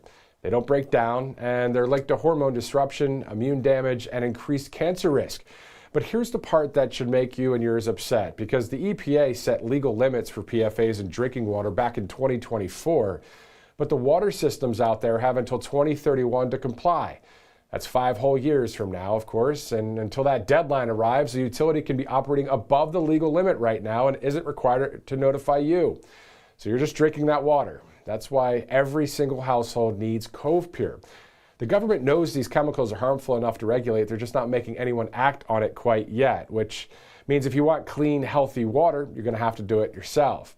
Now, Cove Pure was engineered exactly for this. Unlike the normal pitcher filters that you see at the store, their Clearwave reverse osmosis technology is certified to remove up to 99.9% of contaminants. So those PFAs, heavy metals, fluoride, pharmaceuticals, all filtering particles hundreds of thousands of times smaller than a single human hair. And the best part about Cove Pure is they just make it so easy. It sits right on your countertop. You don't have to drill any holes or call someone in to install it. You just plug it in, and you can even get whatever temperature water you want, hot, cold, or warm, with the tap of a button. So don't wait till 2031. Take control of your water quality right now. Head to covepure.com/RSBN. And because you're a viewer of this broadcast, you'll get $250 off right now. Go to covepure.com/RSBN.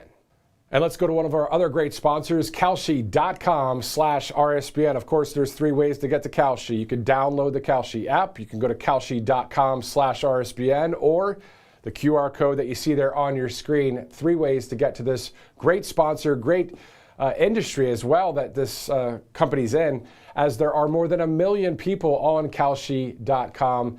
And then if you go to /RSBN, you also get a little bit of a gift there too. So a great sponsor here on Right Side, as people are betting, trading, and just checking out a number of polls on all sorts of topics out there, from politics to sports to faith, weather, music, science, technology, all the things. And welcome back to Right Side Broadcasting Network as we await the president's remarks down in the Villages in Sumterville, Florida. Now, he should be there relatively soon. Sit tight, shouldn't be too much longer. Now, to continue on what we were just talking about regarding weaponization and the abuses of government, per Fox News just today, a DOJ task force found that the Biden DOJ brought multiple cases against pro-life activists, many of them Christians.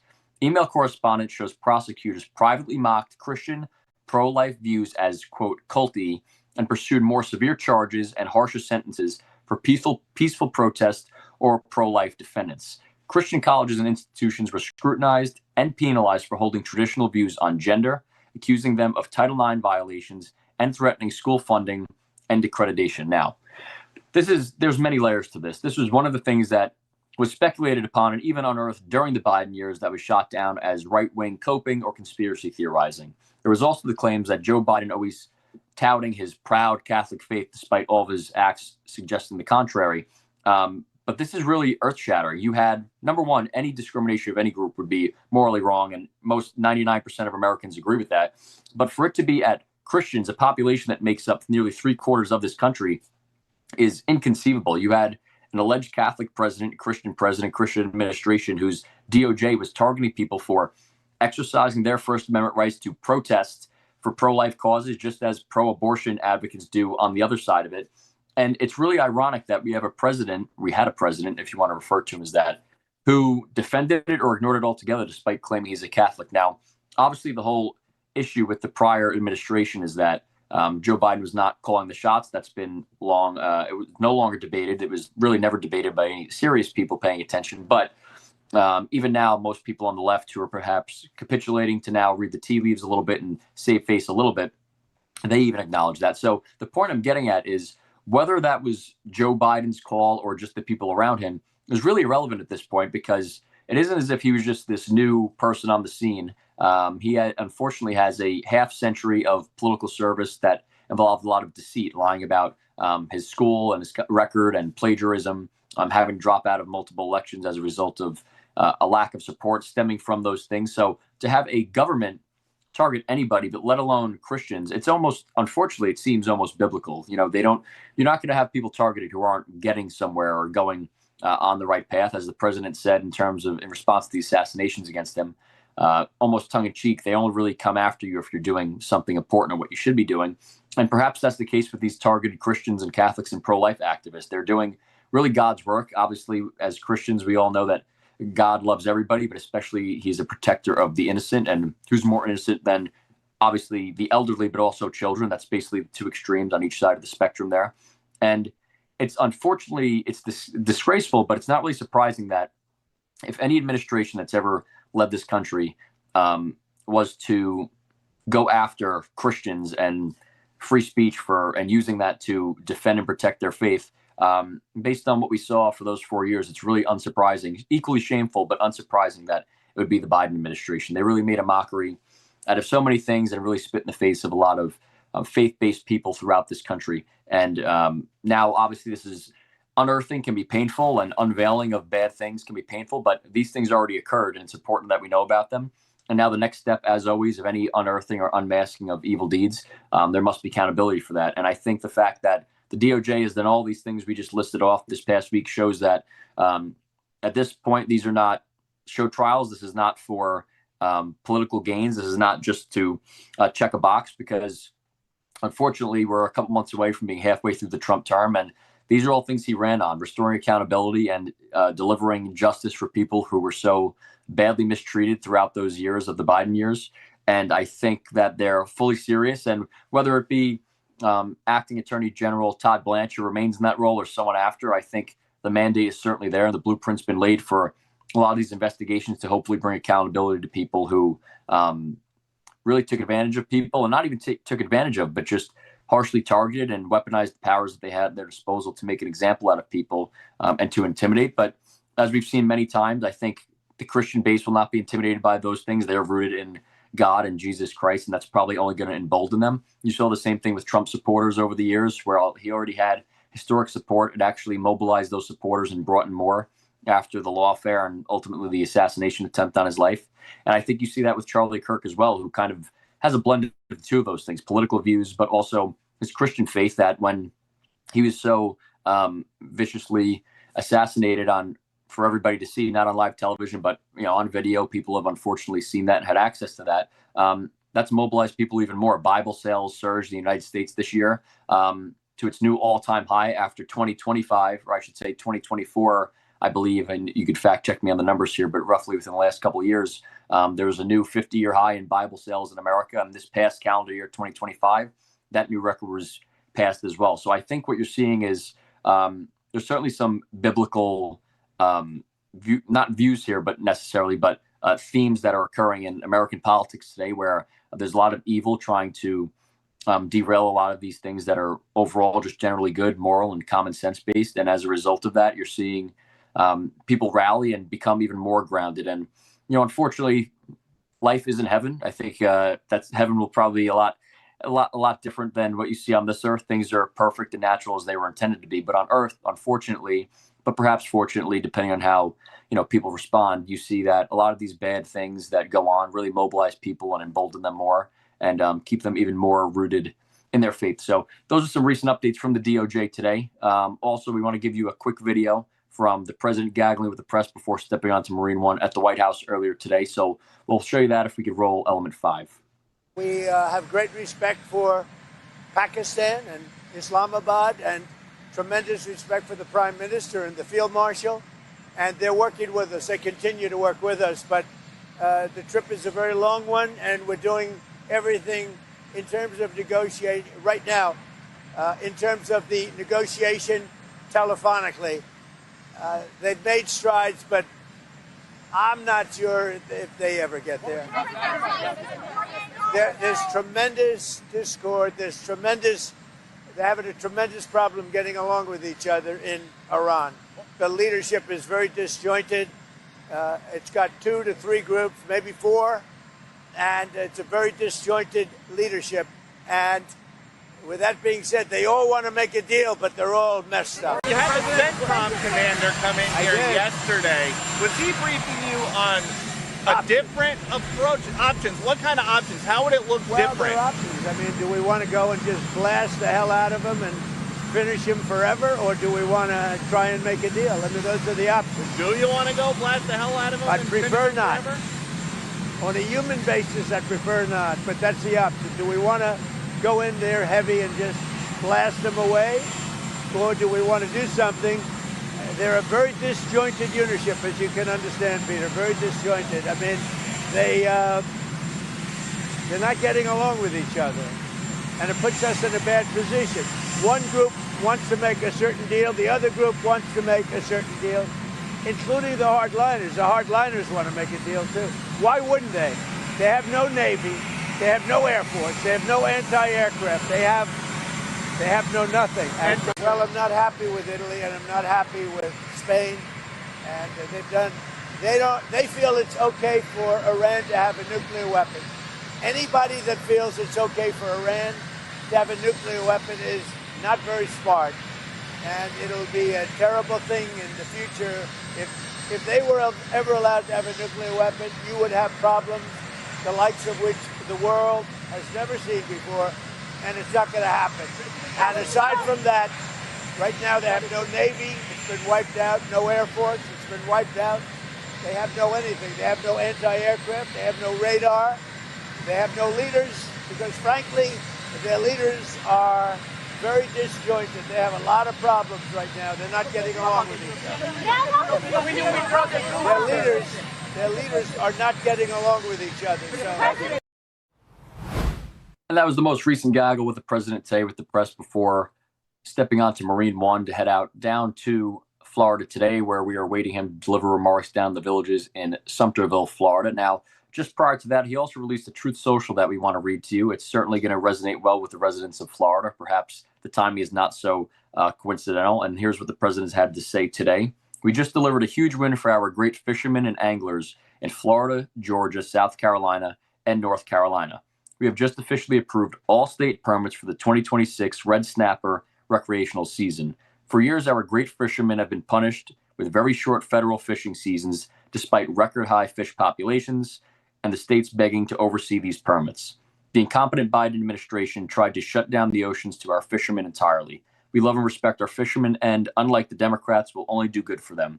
To all those who fish red snapper, Trump and NOAA are delivering for you. Enjoy, President Donald J. Trump. Now, the timing of that, as I said, is unlikely to be coincidental. He knows exactly how to play into his base and really get them excited for him to see them for the first time in a long time. I'm not sure when the last time he was down in Florida, but that is now his home state. But I mentioned a little bit earlier, and I'll go into this a little bit now.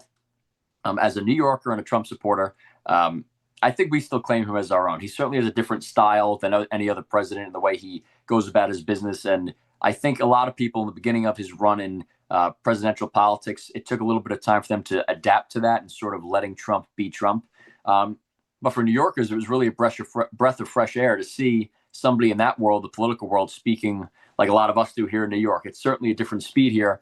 And I don't think it's coincidental that the president operates differently, being that he's from there. Even the initiatives that we've spoken about today, with just the speed and the pace at which he works and the restlessness, that's inherently in his New York City DNA and those genes. So I think at this point, people have certainly grown to love him. In fact, we know this because election numbers continue to show that. He set the Republican vote record in 2016. No Republican ever received more votes in a general election. In 2020, he set the record for a sitting president. And in 2024, he broke all of those previous records that he had. So I think despite the conventional wisdom that says New Yorkers have a certain way about them that is not likable, the president has bucked, and I'm not insulting New Yorkers, I am one. That's why I say that so tongue in cheek. But the president has bucked that trend. And I think his demeanor, people think of him as his own character, but he's also very similar. And you've heard him speak about this. He's very relatable to New Yorkers and the blue collar workers that he always dealt with on job sites and whatnot. I think he relates to them despite the fact that he's viewed in this sort of upper class, at least financially. And I think that's been a breath of fresh air for a country that for so long felt we were left in the wind with leaders that were just part of that swamp, really, for not to use a term that's overused, but the DC elitist swamp just kind of bred and birthed their own people one after the other that really, when you break it down, weren't all that different from their predecessors. And Trump has been such a wrecking ball to that system. I think that's why you see such the visceral reaction and hatred from the left in that system that hates him so much compared to other presidents that were maybe somewhat similar to him in policy. So the president is certainly different. And again, I know a lot of people sometimes get fatigued with politics in general. Some of them wrongly place that blame on the president for how he operates. But I do think at some point, when all is said and done with this president and this term, you will see certain people kind of longing for the days of the Trump presidency. I know I will. And I think it's important to cherish it. And the good thing is the president makes that easy. But there always seems to be new initiatives every so often for the country to rally around and look forward to. And it'll really even continue into the summer, not only the America 250, but you have the World Cup that'll be taking place in just a few months from now. And that's a great event. And by 2028, his last summer in office, the president has he really established in his first term that the USA will host the Summer Olympics at that point, too. So no shortage of action going on. And I really think that can only happen with a president such as President Trump. And he's demonstrated the endurance to continue all the way throughout the end of his last term. So we're going to take a quick break. We'll get an update on the president's whereabouts, and we'll be right back to you in just a few moments. Welcome to Right Side Broadcasting Network, your trusted conservative news outlet. At RSBN, we deliver the truth when the mainstream media falls short. Since 2015, we've proudly broadcasted every single one of President Trump's iconic MAGA rallies, bringing you the excitement and energy live before anyone else. By watching RSBN, you get an unfiltered front row view of the action on the ground. We interview the crowds to give a voice to millions of Americans just like you. We show you President Trump's speeches in their entirety, free from interruptions and censorship. We cover the stories that matter to you with the integrity and passion you deserve. Thank you for choosing RSBN as your home for America First News. Together, we stand strong, united, and informed. So join us and be part of the right side of history. Hey y'all, it's Silk from Diamond and Silk Chit Chat Live. Look, don't forget to watch my show right here at Right Side Broadcasting Network, and I want you to support Right Side Broadcasting Network. It's imperative that you do so, okay? Bye-bye.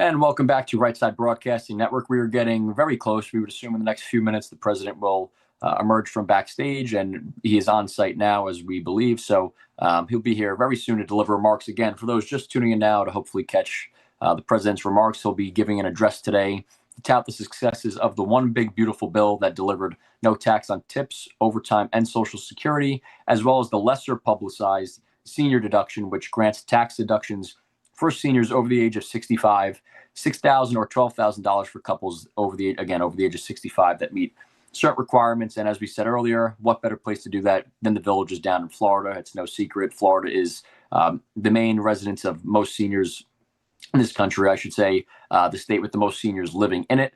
And why not, right? Sunshine, no tax, it's state tax down there, state tax. So the president's down there. That's currently his home state. He's technically a Florida resident, although he's over the map, as you all see all the time. So he'll be there shortly. And it really is special to kick off rally season once again. You see these, I guess, throughout the first year of a president's term in office, this president, I should say, obviously, it commences right after the conclusion of a very active campaign season, and the president is constantly on the move, and especially in this 2024 rally season, campaign, election season, whatever you want to refer to it as. He did, by the end, multiple events per day, whether they were full-blown rallies or speaking engagements or meeting with people backstage.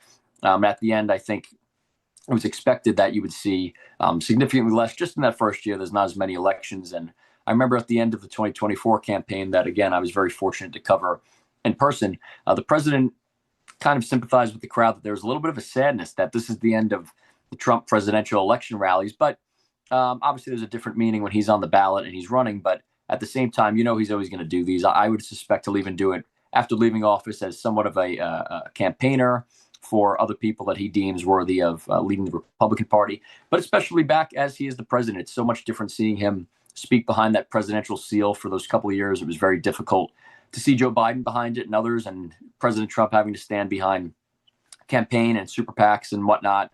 But as soon as he took the podium on Inauguration Day behind the seal, everything sort of felt like it returned to normal. And that's the case with these rallies now, too. I think you're going to see a lot more of them over the next 6 months. I think he's going to go full court press to try to deliver victories for Republicans. And really the enthusiasm, and as a network, we're very much looking forward to getting back to covering those for you on the ground. But you could really see the people. Everyone's busy with their daily lives, and you tune into whatever news network you prefer to tune into, hopefully RSBN, but other mainstream ones as well, to really keep yourself informed about what's going on. But there's something really special about a president, in spite of all the attempts and attacks on him, being wheels down in these places, meeting with people and being in the arena with them. Presidents in the past, if they delivered any big address, it would kind of be the highlight of their career. And he does these so frequently, so off the cuff. I remember a couple rallies throughout 2024 where it was too hot. Teleprompters went out, didn't work, and he can just riff for an hour, because the reason he's able to do that and other presidents aren't is because he really believes in everything he's doing, and he can speak. It's almost as if the teleprompter is just there as a backup as opposed to the other way around. So the president speaks passionately from the heart about all these issues. The people in the crowd feel that. And you could see it even online. I think we saw so many of those overhead shots from today, hours and hours before he was scheduled to arrive and speak on a hot day down in Florida. And that certainly is the case today. And it's a Friday, people work, and the line were tens of thousands strong anyway. And the enthusiasm there, you're seeing some of these videos on Twitter, on social media, is real, and people are chomping at the bit to just hear him in person. Obviously, he's accessible, and you could hear him speak with the press or deliver remarks at some point pretty much every day and even on some weekends. But I can speak as somebody who, again, 2 years ago had the privilege of being on the ground. There's a real energy. It almost feels like a big sporting event or something significant when the president's on the ground and speaking amongst the people, and there's an energy there that they obviously love and appreciate, but I think he feeds off it as well. So it'll be good to see him back in the saddle, so to speak, again today. And I think everybody should prepare to see a lot more of that over the next couple of weeks and months, because I would say May 1st marks the official beginning of rally season. We're about 6 months out from the midterms, and the president understands the stakes of that. As I mentioned earlier, he can obviously do a tremendous amount through executive order, and he's involved in so many things that really aren't even expected of a president. That he'll pretty much, I doubt that President Trump will ever be considered a lame duck. I don't think, first of all, he wouldn't accept that. I don't think his mind works that way. That's not how he is. He's wrote countless books about success and the mindset that's necessary to achieve it. And I think as president, he'll always find ways to have success regardless of the balance of power. But that being said, it certainly makes it much easier, maybe a little bit easier with Republicans. Democrats always vote in lockstep, so they have a much easier time. But Republicans especially sometimes don't always go along with the president. And I think if he could have majorities, that would just make his path much smoother. And I think that's why he's out there campaigning. And that's a big undertaking. It's much different when you're on the campaign trail out of office, as he was in 2024. That was basically his full-time job, but he still has a country to run and to deliver successes for the people while he campaigns for other people. And I think past presidents would certainly struggle to do that and maintain that speed. But this president has demonstrated such a high motor that, it tires out even his critics. I mentioned earlier, Caitlin Collins in the media, who has sparred with the president. There was that infamous town hall, really the first general election event he had in early 2023, after declaring he was running in November of 2022. And since then, they've certainly had their sparring sessions in the Oval Office or other gaggles. But even she, on a recent podcast, admitted that he is he really doesn't sleep at all, to her understanding. And it's hard for the average American to wrap their head around that, myself included, but especially so for a president who you would think really needs all the rest they can get. So it's commendable for this president, and I think the people feel that, and that's why there's such a genuine love. And look, it was wrong that he had to leave office in January of 2021. That election was riddled with fraud and irregularities. And, even with that, I think if it were any other candidate or any other president or any other political figure, number one, they likely would have just rode off into the sunset and not been thrilled with it. Or if they attempted, people would have turned the page. But this president has such a deep connection with the people, and it makes sense because he comes from within the people. He's not one of these insiders that tried to capitalize on a hungry base of people that needed to hear what they wanted to hear. He's genuinely in line with them, and he's essentially rewrote the guidelines for the Republican Party. He came in as an outsider, not just to politics, but to the party he was running within. In fact, in the early primary seasons, people were asking if he would, if the party were to deny him the nomination, which I guess was at somewhat a consideration at earlier points, if he would consider running as independent. That's how much of an outsider he was, not just the politics, but the Republican base. And I think the president was smart at that point, too, prior to being president, to say he wouldn't rule out entirely running as an independent, because it let the Republican Party know that if you prevent him from legitimately winning a nomination that he earned, he was going to continue to fight. And obviously that would have split the Republican vote. And who knows, he could have still won as an independent, but it certainly makes it much tougher. But he's certainly his own mind, his own person. And again, hopefully there's a lot of Republicans on the bench looking at the blueprint. They always mention Vice President J.D. Vance and Secretary of State Marco Rubio, and they're certainly taking notes on his policy. But in terms of the character, which is also in the United States a focal point of the presidency, whereas in other states, they separate kind of the leaders, such as you just saw with the UK. But there's only one President Trump. Even if, let's say, there was a Trump child who ran for office someday, there still is only one President Donald Trump in terms of his whole demeanor and the whole character around him that is authentically himself. So again, a pretty special period of American politics as we approach. At some point, he's going to be speaking today. We think we're getting pretty much close to the time he's going to speak. We're going to take a quick break, get an update on the president's whereabouts, and be back to you in just a few moments. Welcome to Right Side Broadcasting Network, your trusted conservative news outlet. At RSBN, we deliver the truth when the mainstream media falls short. Since 2015, we've proudly broadcasted every single one of President Trump's iconic MAGA rallies, bringing you the excitement and energy live before anyone else. By watching RSBN, you get an unfiltered front row view of the action on the ground. We interview the crowds to give a voice to millions of Americans just like you. We show you President Trump's speeches in their entirety, free from interruptions and censorship. We cover the stories that matter to you with the integrity and passion you deserve. Thank you for choosing RSBN as your home for America First News. Together, we stand strong, united, and informed. So join us and be part of the right side of history.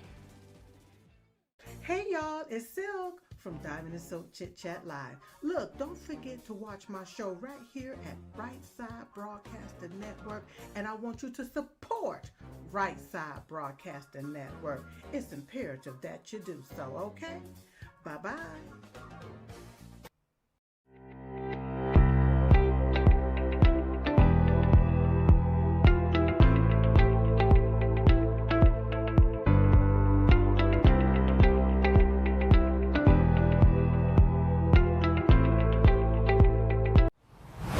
And welcome back to Right Side Broadcasting Network. We just received an update that the podium is being assembled, so the president should be speaking in just a few minutes, probably right around 4 o'clock if we had to guess, but no promises there either. Now, we just spoke a little bit about what the president's here for today. For those, again, just tuning in potentially right now to hear the president's remarks, he'll be going over the successes of the One Big Beautiful Bill down in the villages in Sumterville, Florida. Now, we do want to roll a quick video on the no tax on tips policy that have been so successful and popular amongst the American people. And we'll cut back in just a moment. So if you could roll that clip. Las Vegas is the home of the largest concentration of tipped workers anywhere in the country, anywhere in the world, actually.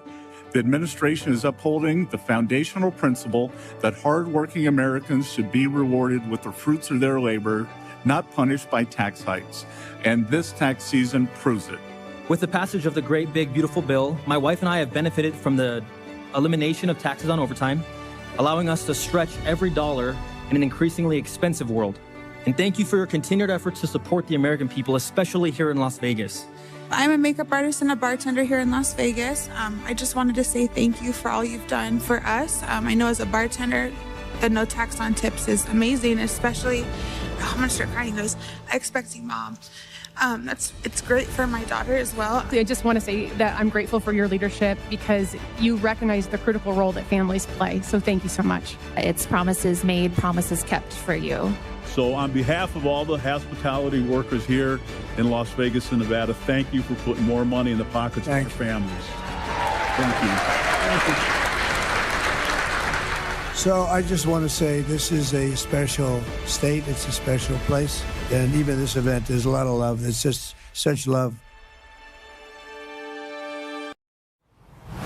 And you can really see the authenticity in these videos that the president cares deeply about these issues. And it's very relatable. I mean, you can see just how much people respond to him, and really any time of the year, no matter what year it is, no matter what point in the term, people come out to support him. So as you can see, the White House has set their stream live, so it shouldn't be too much longer. Before then, I do want to talk a little bit about the unity that this country really felt around the 2024 election. And despite the typical mainstream media news that no matter who the president is, there's always going to be a stream of negativity that comes in and sows division.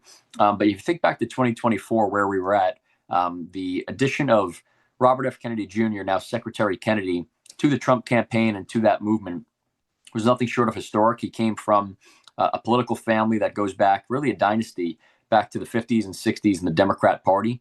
Never did anybody, let alone a Kennedy, think he'd be joining on a Republican ticket or a Trump ticket. But I think it was very interesting to listen to Secretary Kennedy, before being secretary, explain his reasons for that. He ran as independent. He really thought he could make a difference in this election. He actually ran as a Democrat before the party pretty much prevented him from making a legitimate challenge to Joe Biden. So he ran as independent, and he reached out to both campaigns, both the Trump campaign and the Harris campaign, and basically offered to work with either one of them that would really help, that would allow him to help carry out the initiatives that he believes strongly in, all of the health initiatives that he's involved with, if either one of them were to take office. And Kamala Harris infamously, unsurprisingly, but infamously did not take him up on that offer, and President Trump was all ears. And in fact, actually, the president actually had spoken with Kennedy early on in his first term about getting involved on some vaccine commissions, and he was open to it, and some of the insiders wound up blocking it. In fact, that woman who was part of that sent an apology to Secretary Kennedy yesterday and released a major article today. Unfortunately, I don't have her name off the top of my head, but I'm sure somebody in the chat box can retrieve that, but basically said that she was blocked from the insiders of the president's first term from allowing somebody like Secretary Kennedy, who did not hold mainstream views on health, but certainly had a lot of great information to offer to the American public, from being involved in that first term. And that resistance hasn't really stopped outside, but the difference is this time the president personally brought in Kennedy. And there's a lot of cabinet positions and appointments throughout every presidential term, but it'd be pretty hard to argue that anyone has been better than Kennedy in terms of where he fits best. You could tell that this is really what he feels is his life mission, his life purpose. And he's doing a lot of great things for health in America in terms of phasing out toxins and dyes and things that really shouldn't be in our food supply, or other things too, cosmetics, what have you. So it's historic also that you have Secretary Kennedy in the Oval Office now speaking with this president after decades and decades prior. He was in there with such a historic president, his uncle, the late John F. Kennedy. So it's a historic thing, and that unity continues. That's what the whole point of this is. I don't think there's been any disunity within certainly the cabinet in terms of the president and Secretary Kennedy, but also the voters. There was a big faction of Kennedy voters, and I was on the ground for a Kennedy event, and you could tell it was certainly more organic and authentic than a typical Biden or Harris or Democrat event. And that faction certainly was willing to vote for President Trump if he upheld his promise to Secretary Kennedy. And nobody can argue that that's certainly what's happened. Secretary Kennedy has played a prominent role in this administration, and rightly so. And it's long overdue. I think you see some of the trends in our country where, despite all the technological advancements, health has really deteriorated in the United States of America. And look, it sounds cliche, and people talk about this all the time, but it is true. You just pick up some of our labels, ingredients and nutrition labels on some of these foods, and it's a laundry list of things the length of a CVS receipt. And you go to some of these other countries, and the label's as simple as water and sugar and a couple of other ingredients. So the work that Secretary Kennedy is doing is so important. And look, it's not only, obviously it was advantageous for President Trump in terms of electability, but that took a big leap of faith for Secretary Kennedy as well. He mentioned being married to an actress. Her industry is very anti-Trump, as we all know, Hollywood, and that certainly she caught a lot of flack for that in her own profession. She supported him, and over time, you've also seen that is actress Cheryl Hines, of course, Secretary Kennedy's wife, and she's gone on some podcasts too and talked about the authenticity of the president. And not that she ever publicly said anything bad, to my knowledge, about him, but she was in a crowd that certainly leaned against him. And coming from the Kennedy family that are Democrats, I'm sure she wasn't always completely on board with the Trump policies, but she's even spoken about how authentic and real the president is, and how it's been great for her to get to know him. And I think obviously supporters are very passionate about the president and all that he is, and can speak at great lengths about all the positives. But I think when it comes from somebody from previously the other side, such as Secretary Kennedy or his wife, or whoever it may be, and they start saying those things, that's where it really reaches other people and changes a lot of hearts and minds. So you have to commend the Kennedy family. They've also been through a lot of heartache and hardship in politics over the years as well. But for the secretary to really leave the party that was so tied to his family, not just his uncle, but then his father, who was running, who was tragically assassinated, his cousin, John F. Kennedy Jr., who died before he even embarked on a political career that was highly speculated about. For him to really just take that whole life that he had, and certainly not throwing it away by any means. At the end of the day, it's a party on a sheet of paper, but there's some identity that comes with that. The most prominent Democrat president in the modern era is certainly JFK. And for Kennedy to be willing to leave that to really serve the good of his country, again, it may seem like a paperwork issue. There's some deep roots that run back in American history. So I think we should all commend both President Trump for taking flack for appointing someone as Kennedy, who's constantly accused of not being a doctor or having the credibility to speak on issues, though he does. So not only President Trump to appoint somebody like him, but Secretary Kennedy himself to get involved and also switch sides theoretically and really serve the country as best he can. So I want to commend the secretary, the president, really the whole cabinet's done such a great job of keeping this train rolling throughout this term. It's now 4:02. We're going to take a quick break, and the president should be here just shortly. We'll be right back. Welcome to Right Side Broadcasting Network, your trusted conservative news outlet. At RSBN, we deliver the truth when the mainstream media falls short. Since 2015, we've proudly broadcasted every single one of President Trump's iconic MAGA rallies, bringing you the excitement and energy live before anyone else. By watching RSBN, you get an unfiltered front row view of the action on the ground. We interview the crowds to give a voice to millions of Americans just like you. We show you President Trump's speeches in their entirety, free from interruptions and censorship. We cover the stories that matter to you with the integrity and passion you deserve. Thank you for choosing RSBN as your home for America First News. Together, we stand strong, united, and informed. So join us and be part of the right side of history. Hey y'all, it's Silk from Diamond and Silk Chit Chat Live. Look, don't forget to watch my show right here at Right Side Broadcasting Network, and I want you to support Right Side Broadcasting Network. It's imperative that you do so, okay? Bye-bye.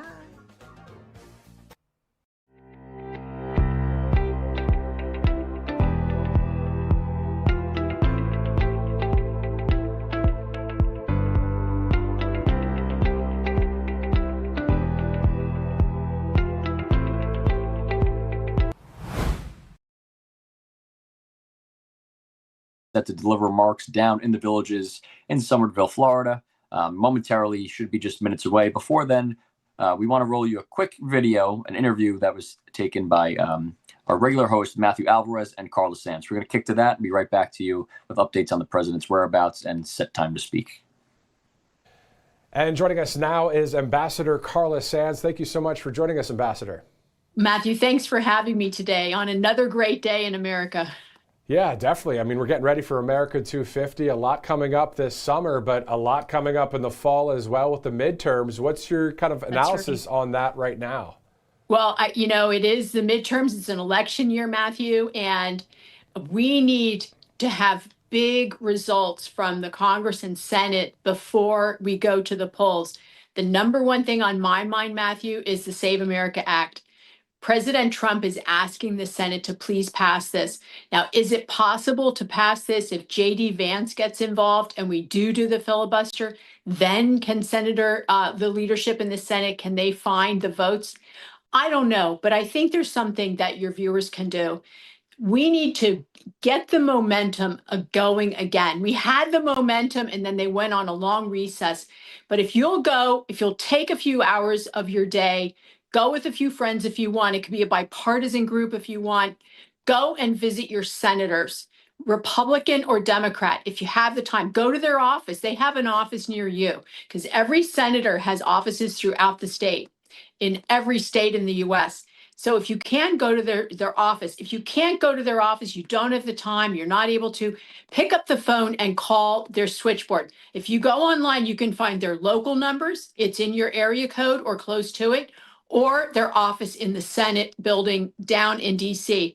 Call there and they'll put you through to their office, and just respectfully tell them how important it is that we secure our elections and make sure that we show ID, that we're actually U.S. citizens to vote in U.S. elections, and we secure the elections that way. If we do that, I think we will win the Senate for sure, and we'll probably hold the House, which is a miracle in an election after a sitting president is elected. They normally lose the House, but we can keep the House and not have impeachment clown show for the next 2 years, which is what it'll be. And it'll really be a drag on the agenda, as we saw in the first Trump administration. So if you want President Trump's agenda of more wealth for our country, more safety for our country, he's going to lower those gas prices. He's just got to finish up this Iran war, which is just one of the things on his list, is making us more safe, because we can't have Iranian missiles coming into our territory, potentially nuclear armed Iranian missiles. And they are a threat. They said death to America every single day from Iran, from the podium and the pulpit, because it was a Mullah regime, and it still is. So President Trump's taking care of our business, not doing what's popular or easy, but what's doing the hard things that needed to be done for decades. And then to your point regarding the Save America Act, you were talking about the momentum that we were having. We saw it. Everybody was talking about it. The Senator Mike Lee out of Utah on the Senate floor. And so I agree with you 100% there. And then to your point, when it comes to Iran, as we see the developments there, we're seeing the Strait of Hormuz. You know, you don't mess with that blockade, by the way. And it seems that some of the commercial vessels the other day were trying to. But yeah, when President Trump makes a decision, you better respect it, definitely. Now, also, I know that you wrote in an op-ed in the Daily Caller about the Somalia fraud is only a drop in the bucket. Now, were you talking about Minnesota specifically here? Could you tell us about that? Yeah, no, I'm not, Matthew. I'm talking about our whole country. So just briefly, yes, Somali fraud is terrible and it's hurting our country. But the number one thing is the competition for American working young people and middle career people being replaced by foreign work.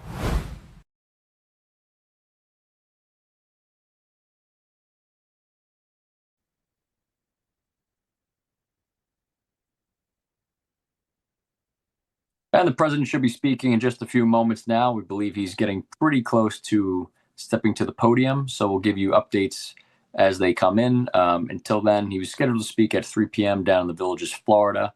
We know he's on the ground now, and things should be setting up quite shortly. As you can see, the White House feed has begun, and he's there to tout the success of the One Big Beautiful Bill. And here is the President of the United States, Donald Trump. And I'm proud to be an American, where at least I know I'm free. And I won't forget the men who died, who gave that right to me. And I gladly stand up next to you and defend her still today. 'Cause there ain't no doubt I love this land. God bless the USA.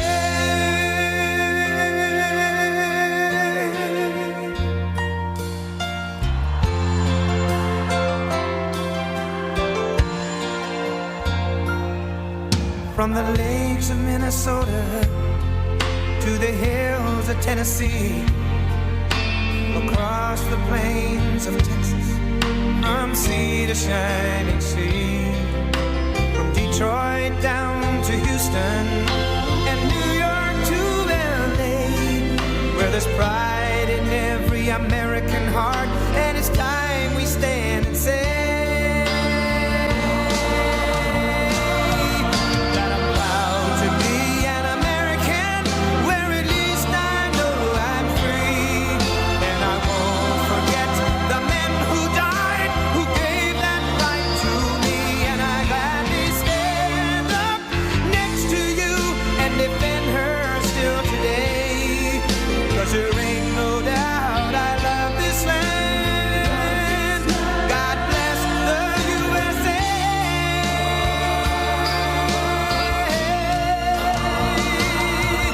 And I'm proud to be an American, where at least I know I'm free, and I won't forget the men who died, who gave that right to me, and I gladly stand up next to you and defend her still today, 'cause there ain't no doubt I love this land. God bless the USA.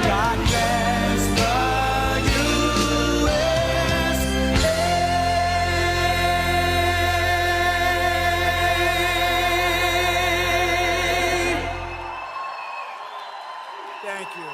Thank you very much.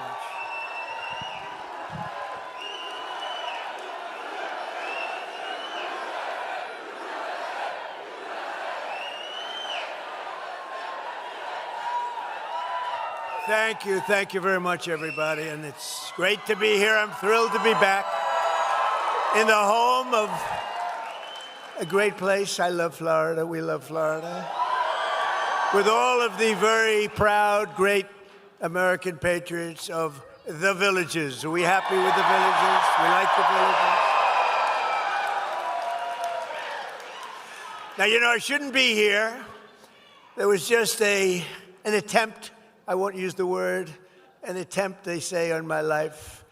I should be indoors at a secure facility where I can quietly, beautifully, and safely play out my term, destroying everything that comes in our way, like bad countries that want to get nuclear weapons. We'll take care of them.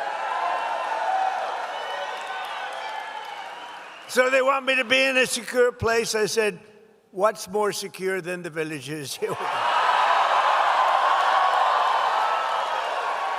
Now, I heard the seniors were waiting at the villages, and there's no way we got like 97% of the vote. Remember all those frauds? They said, whoa.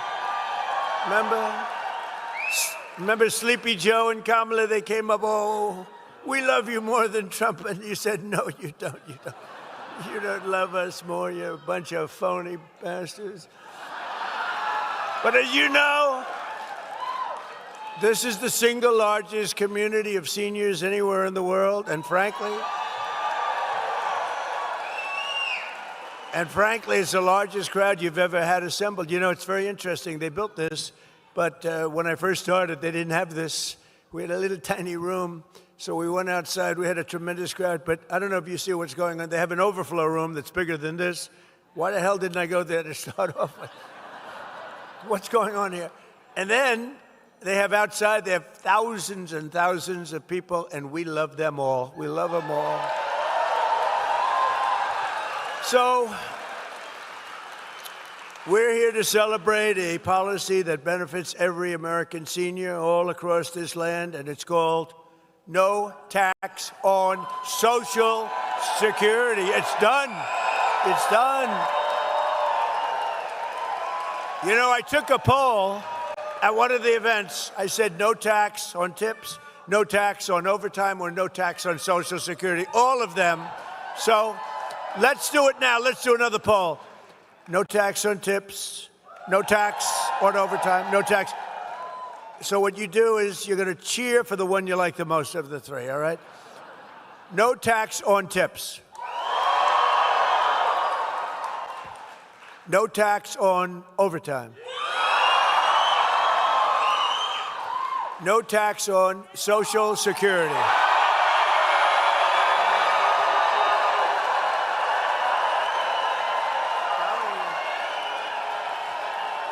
telling you, Dr. Phil, that's the one they like.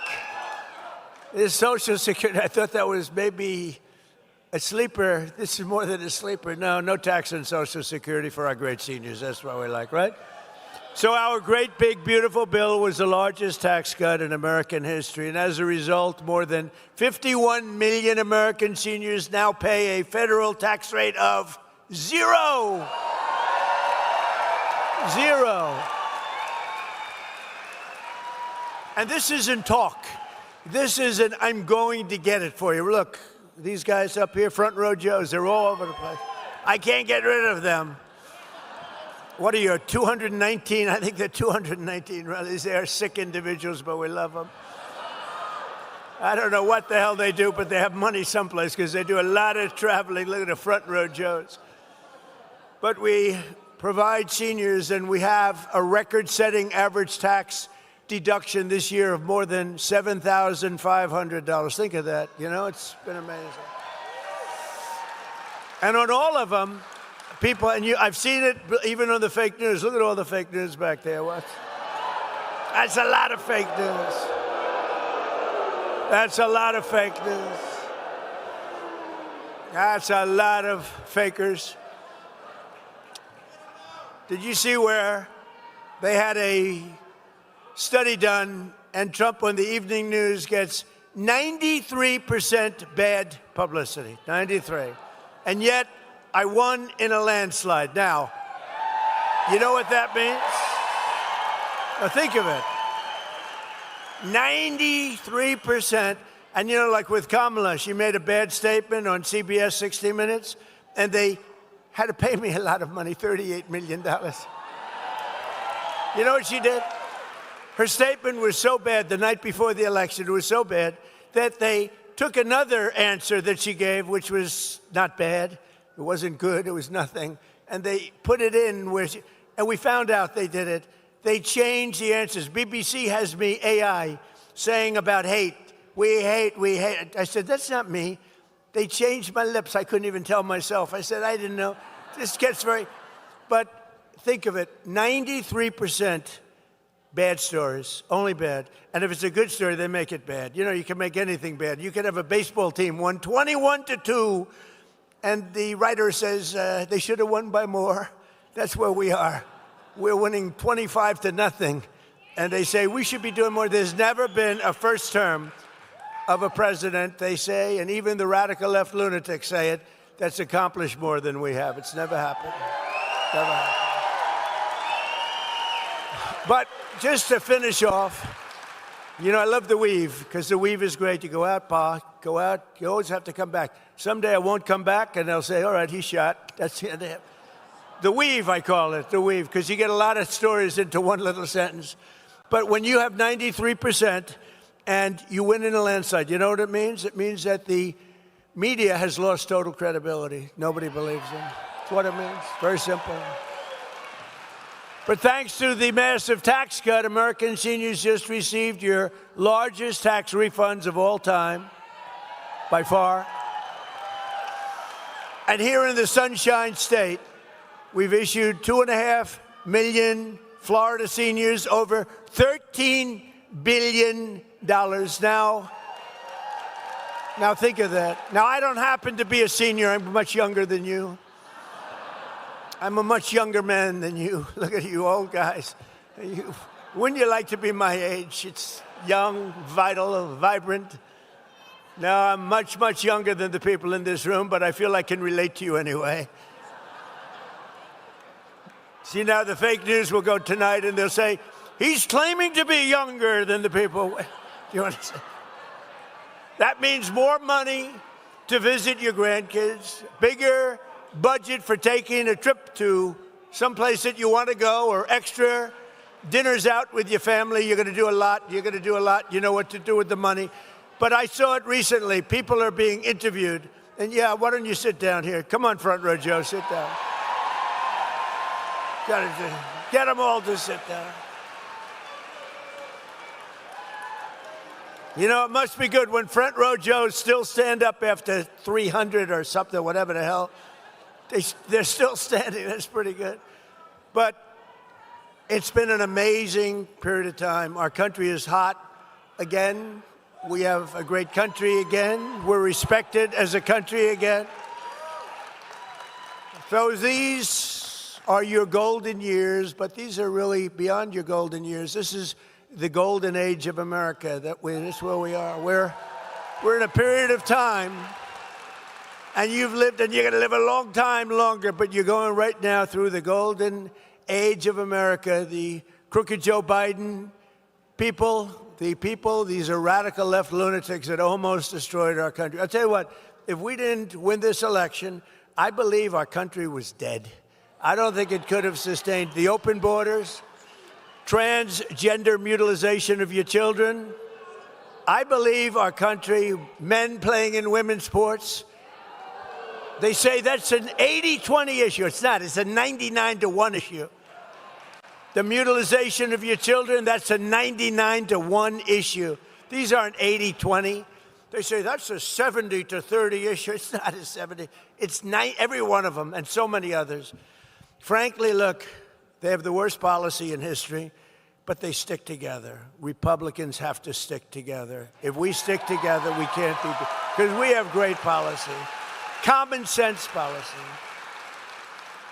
Under crooked Joe Biden, American seniors were ravaged by the worst inflation in the history of our country, devastating the budget, senior citizens. You know, when I say the history of our country, I'm always criticized because they correct me. They say it was 48 years. It wasn't history.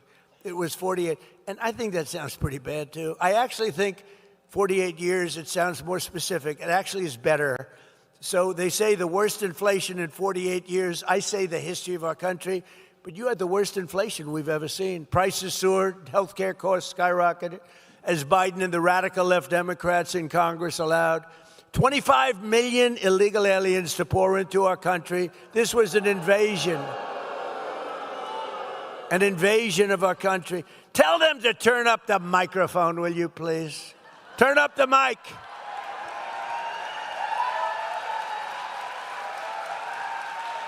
You know, I hate it. You pay these guys a lot of money, and then you get up and the mic isn't on properly.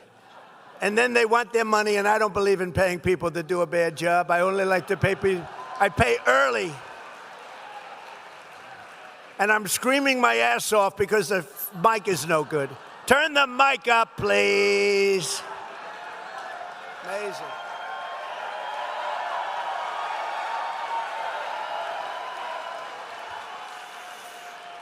But all of that changed the day I took the oath of office on January 20th, 2025. Under the Trump administration, we're standing up for American seniors like no president has ever stood up before.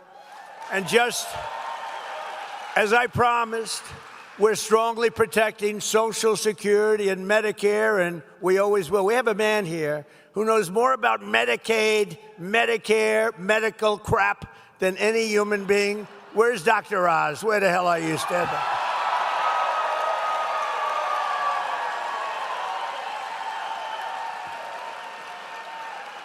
He's great. It's the most boring trip I've ever made. He's telling me about Medicare, Medicaid. All I want to do is take care of you. I don't care. I said, you work out the details, but I did say give them the max. That's all I care about. Give them whatever the hell the max is. But Oz has been great. You have been great. And Bobby's been great. He's a little different. Do you agree?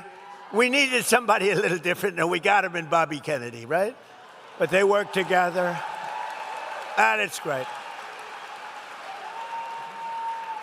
You know, I brought somebody else with me. He's central casting for a Treasury Secretary. If you're casting a movie, look at them. They're already excited.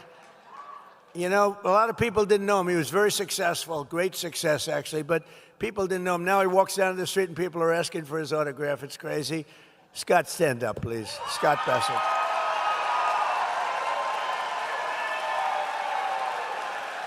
They wanted to be here.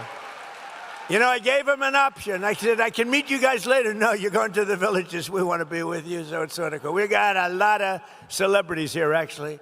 But together with the Republicans in Congress, we've removed nearly 300,000 illegal aliens from the Social Security roll.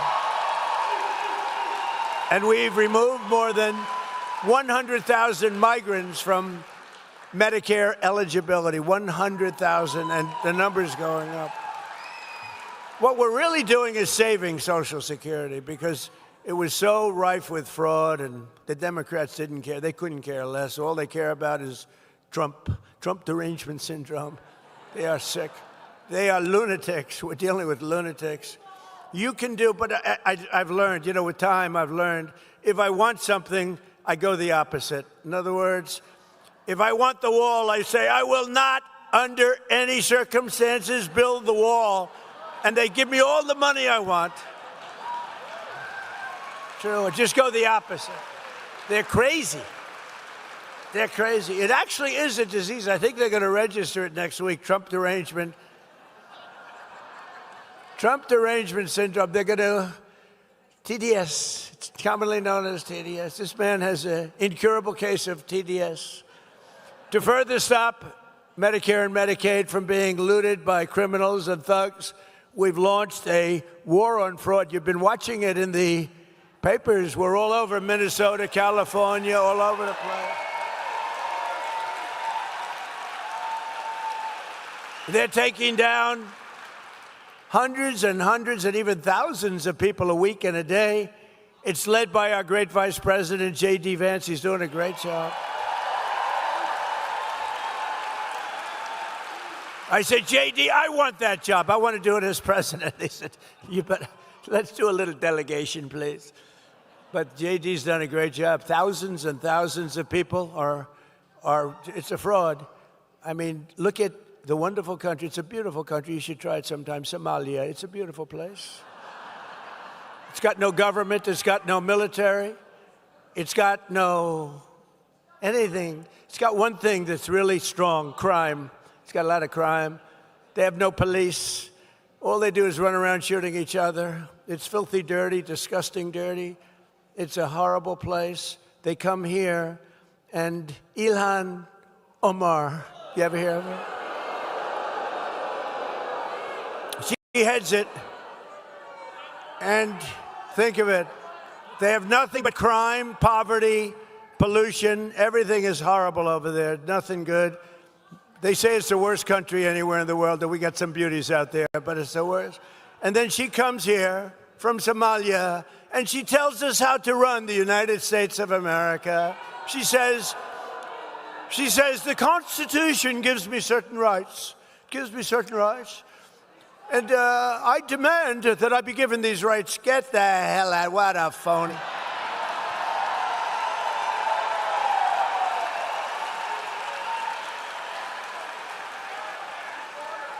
And then she married a brother to come in. I don't know, you're not. But I would imagine they're looking at her. I have nothing to do with it. I would imagine. Of course I have nothing to do. I have nothing, but I believe she married her brother, which is totally illegal. Although it's a lovely couple, actually, but it's a little bit on the illegal side. Darling, I love you very much. Good night, brother. Let's go to bed. Good night. Isn't she despicable? I can't stand watching her. I can't stand. Did you see last month, she accidentally checked the wrong box. It said she was worth $38 million. And law enforcement came after her for that. And then all of a sudden, she was worth less than $80,000. And she said it was accounting. It was an accounting error. That was not a very good accountant, was it? Huh? No. Their whole life is based on fraud and a scam. The whole thing is a scam, and we ought to get those people the hell out of our country.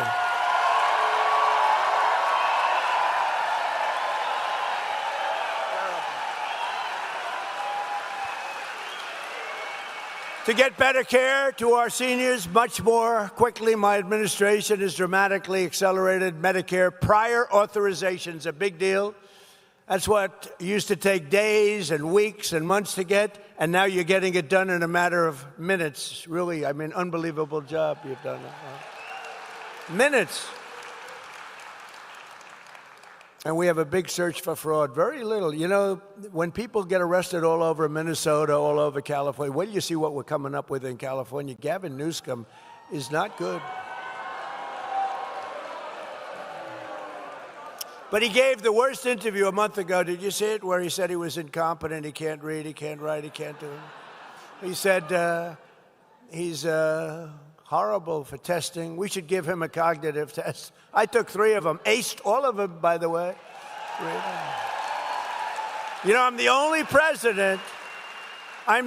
president to take a cognitive test, because I don't think Obama could pass it. I don't. Didn't he get into Harvard with a C average? I don't know. What's that? I don't think he could pass it. I don't think, well, Biden isn't. Give me a break. You know, the first question is very easy. It's a lion, a giraffe, a bear, and a shark. They say, which one is the bear? And everybody says, oh, 30 questions. Everyone says, very standard. It's a very standard test, but very tough. Around those last 10 questions, not too many people, even in this very room, unlike Newsom, I'll say, this room of geniuses. He said, I'm in a room of dumb people. That was not good. That was not good. You know what happened to him after that? It wasn't a pretty, but I'm in a room of brilliant people, but a lot of you wouldn't have been able to answer those 10 questions. And when I got the score in the test, the doctor said, wow, I've never seen, you know, you have 5 doctors lined up. They're all over the place. I said, should I take it? You know, I've had different phases. They've said, he's a mad genius. I didn't mind that too much. Then they said, he's a horrible human being. I don't like that much. Then they said, he's really not a smart person at all. I really hated that. So I took a cognitive test, and I said to the doctor, first doctor is Dr. Ronnie. You know Doc Ronnie. We all love Doc Ronnie. But he had a whole team of doctors at Walter Reed, a great place. I said, so should I do it? He said, well, it's a tough exam, actually. You know, those last 20 questions, they get tough. A lot of people can't do them. I said, well, what do you think? He said, well, if you do it, they're going to find out, because it's essentially a public, you know, it's a military hospital. If you do badly, they're going to find out, and it won't be pleasant. I said, well, I do well on things, so let's do it. And I got everyone right. And these are tough questions. These are tough questions, you know. They say, take a number, any number. Okay, I'll take 99. Multiply times 9, okay? Divide it by 3, good. Add 4,293, that's good. Divide by 2. Subtract 93. Divide by 9. What is your answer? Now, they go a little slower than that, but not much. I don't want to waste a lot of time. But there aren't a lot of people that get it right. I got it right. You know, it was actually longer and more complex than that. But no, it's a tough test, so I took it. And then, everyone said, all right, good, he's smart. He's smart. It's not really smart. It's like, you know what we are, really? We have common sense. We're people with common sense, right? We like strong borders. We don't like open borders for the world to pour into our country, right? From prisons all over the Congo, all over South America. The Congo, I tell you what, the Congo, they just used to think that we were just an open cesspool where they take all their prisoners and dump them into our country. Parts of South America, the same thing. It's terrible. So, as you know, we've done a fantastic job. But I just felt, and I put out yesterday a statement, I think anybody running for president or vice president should be forced to take a cognitive examination. Right? I mean, you get a guy, he gets in, he's got a good line of crap, he gets in, and all of a sudden you're stuck with a man who's a moron. You know, this is not good. This is not good. We went through 4 years of it. It's not a good situation. But we also dramatically increased coverage for outpatient clinical care known as site-neutral payments, stopping seniors from being ripped off by billions of dollars of outrageous fees that they charge, billions and billions of dollars, right? Oz. And on top of these major Medicare improvements, I'm pleased to report today that we have authorized $210 million in rural health care funding for the great state of Florida. 210.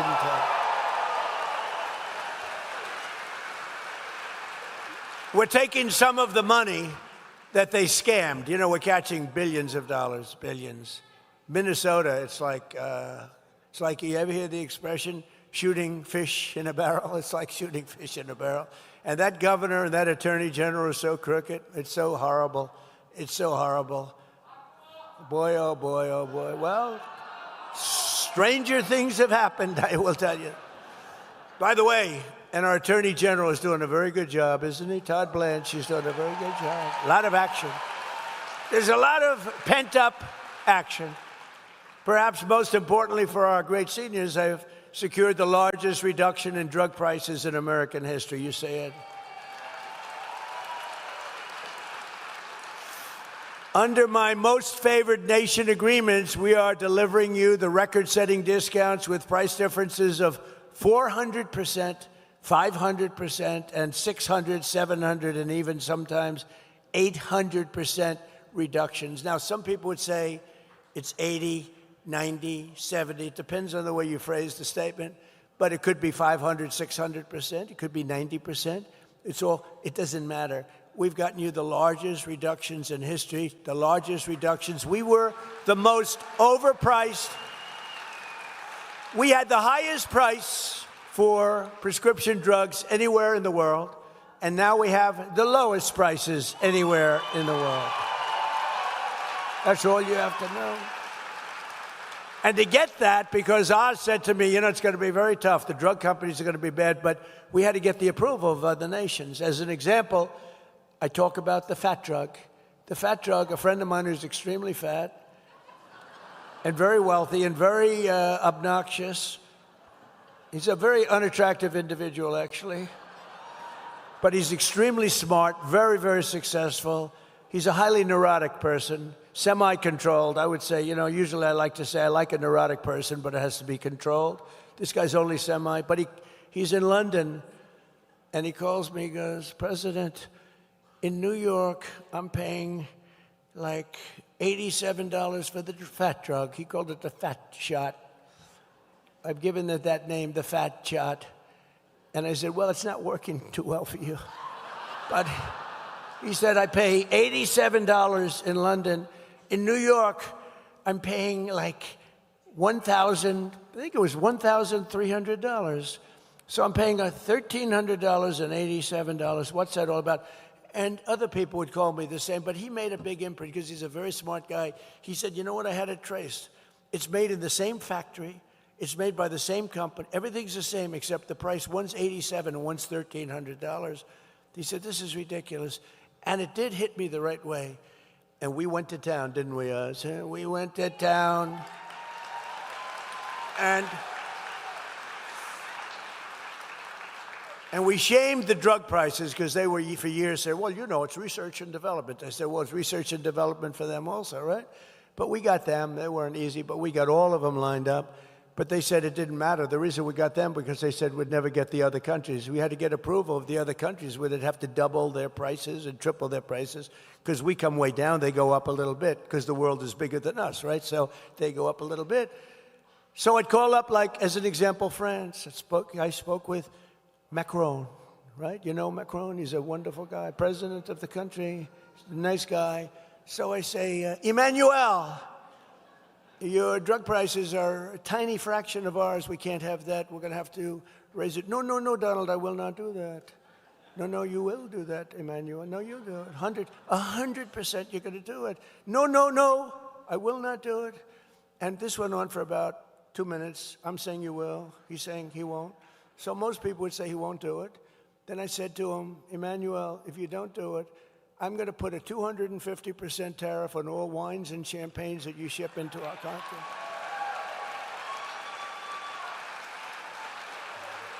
And he said, Donald, how dare you? You should not do that. You cannot do that. And I said, no, I'm going to do it. Okay, you have a deal. That was it. And I told Oz couldn't believe it. He couldn't believe it. And we had the same thing with Germany. We had the same thing with other countries. I said, look, you're not going to do it. We're going to tariff the hell out of you at double the number that you're talking about. And they all agreed. Every one of those countries agreed. And now you have the lowest drug prices anywhere in the world from the highest.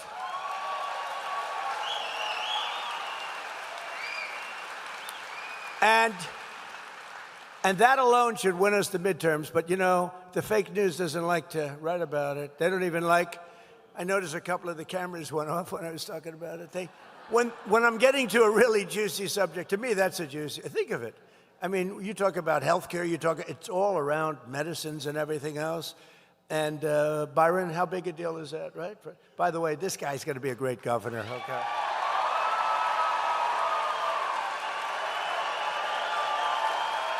Going to be great. Ag Commissioner, you just stand up. What a job he's doing. What a job he's doing. My Ag Commissioner, who I endorsed a long time. So I just want to thank you all. You guys are doing a great job. Byron, you're going to be fantastic. We have somebody named Ashley who's very respected. Will you please stand up? Senator, our great senator. I suppose you're all leading like a lot. But remember, make it too big to rig. You got to go out and vote. Don't assume anything, you know. We did great in the second election. It was a rigged election, but we did great. And I said, well, I had the ultimate poll because we won the second election by a lot. So that's a good poll. So we did it again. And I said, too big to rig. You got to make it too big. They showed me leading by a lot. I said, don't be fooled. Just go out and vote because they are cheaters. They cheat like hell.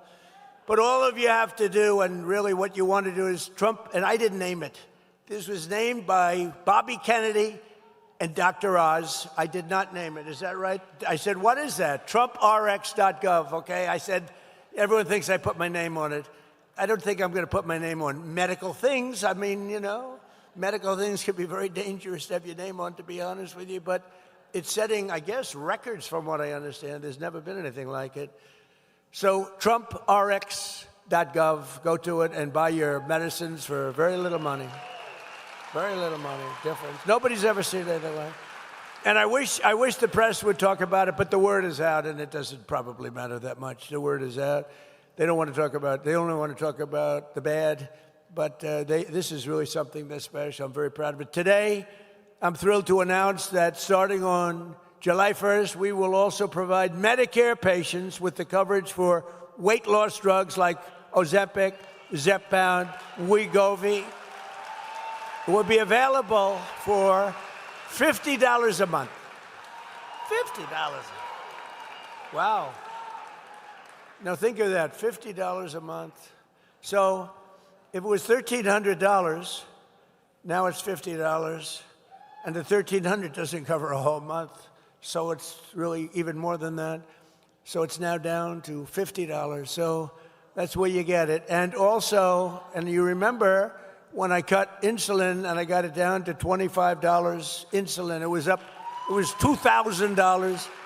And that was before this. That was before this. I'm so glad you mentioned insulin. You know, when I got insulin done, it was at the end of my term and I got it done, but it doesn't kick in statutorily for 2 years. And I said, I better win the election. This is going into the second election because what a job I did. And, you know, insulin was at like $1,000, $2,000, $3,000. I got it to $25, but it kicked in about a year and a half, 2 years later. Statutorily, you had to wait a period of time and all of that nonsense. So I said, boy, I better win because if I don't, some guy is going to take credit for something that I did that they could have never done. Lo and behold, the election was rigged. And I saw Biden a year later standing up there saying, I did a great job on insulin. He doesn't even know what the hell, he had no idea. And I was standing there seething. I was watching television. You know what it is to seethe? I seethe a lot. But this is one of the times I was seething. Oz knows that. I was so angry. I said, I did it, and I didn't get credit for it. We did a lot of things we didn't get credit for, but I guess I did because here I am, I'm president. I guess I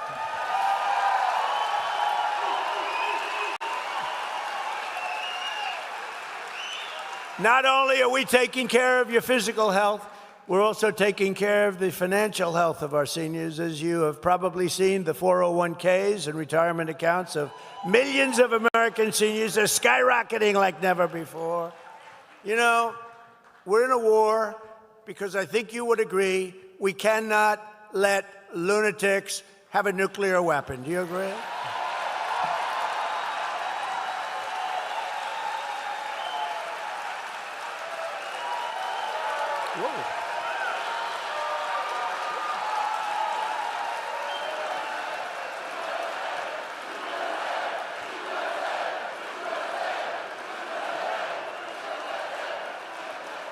Because if you read the fake polls and things, it says, well, it's only a 20% or 25%. It's nonsense. Look at this. I'm talking about all these things you're getting, and you stand up when I talk about you can't let Iran have a nuclear weapon. We can't. But I did something that was, I don't know, foolish, brave, but it was smart. I would do it again, but I thought the numbers would be much worse. I thought the stock market would go down much more. I thought the oil prices would go up much more. I said, but we have no choice. Whether it does or doesn't, I have to do what's right. We can't let them have a nuclear weapon. So I called in Scott Bassett and all of my people, mostly my financial people, and I said, all right, fellas, congratulations. We just hit the highest price in the history of the stock market. So they said the Dow would never hit 50 during my 4 years because it was too much of a raise. They thought 6, 7 years out, maybe it could hit 50,000. They said the S&P could never hit 7,000, right, Scott? That would be even more unlikely. Maybe at the end of the 4th year, but probably not. It would be 5, 6 years out. And we hit 50,000 on the Dow before the end of my first year. We hit 7,000 on the S&P before the end of my first year. The stock market is rocking and rolling. Your 401ks are at the highest they've ever been. I don't have to listen. I don't know how the hell you could be doing badly. But your 401ks are setting records. I have people coming up to me and saying, you've made me a hero to my wife. You've made me a hero. I've had numerous policemen. I had one guy from years ago because I did the same thing. We had the greatest financial markets in the history of our country in my first term. We're blowing it away now. We're blowing everything away. There's never been a country this successful in that sense before. But now I said, okay, you ever do this? Well, you're doing so well. I said, so we just set every record. We have the highest stock market in history. We have things that just go. And by the way, there are more jobs today in our country than at any time in the history of our country by far, right? So, but we have to think a little long term. And I said to Scott and Howard and all of the people that work for me, great people, Jameson, Greer, all of them, I called them in and I said, fellas, congratulations. We have the highest stock market we've ever had. Everyone's doing great.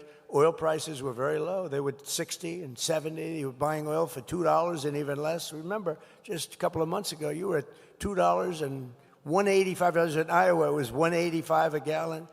I said, congratulations. Now I'm going to upset the apple cart for you because we have to take a little journey down to a beautiful country known as Iran, and we have to make sure that they don't have a nuclear weapon. We stopped them with the B-2 bombers. If we didn't do that, we would have had a nuclear weapon. Israel would have been blown to pieces. The Middle East would have been blown to pieces. I think Europe would have been blown to pieces. But under what we were doing, I said, look, we're going to have to make this journey. So it's almost like we built up this great thing, and then I said, now we have to break the eggs a little bit, and we have to go and do it. And the only thing that I'm surprised is that I really thought oil would be, Dr. Oz, we talked about it. I thought oil would be much, much higher than it turned out to be. I mean, it's not low. It's certainly not low. It's going to come crashing down as soon as this war is over, and they're getting decimated. They have no Navy. They have no Air Force. They have no anti-aircraft equipment. They have no radar. They have no leaders. Their leaders are all gone. Very sad, very fine people.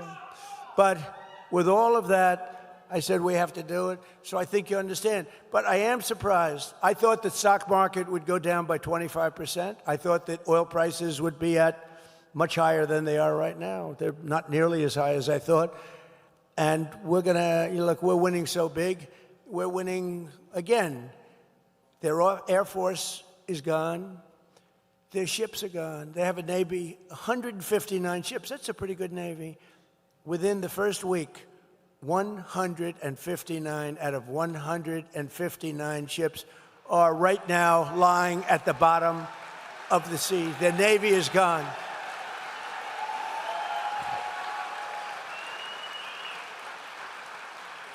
And we're discussing, I spoke to them today, we're discussing, it's a little hard to figure out who their leaders are, frankly. You know, their leaders are gone. The first set is gone. The second set is gone. Khomeini was gone. And they were pretty evil people. Not pretty evil. They were evil. They killed 42,000 protesters. 42,000. And In a period of 2 weeks, they killed 42,000 protesters. But we had to get this done, and we're really doing well. We're just winning. If it were a fight, they'd stop it. If this were a fight, they'd stop it. You know that expression? It's true. But they're not coming through with the kind of deal that we have to have, and we're going to get this thing done properly. We're not going to leave early and then have the problem arise in 3 more years.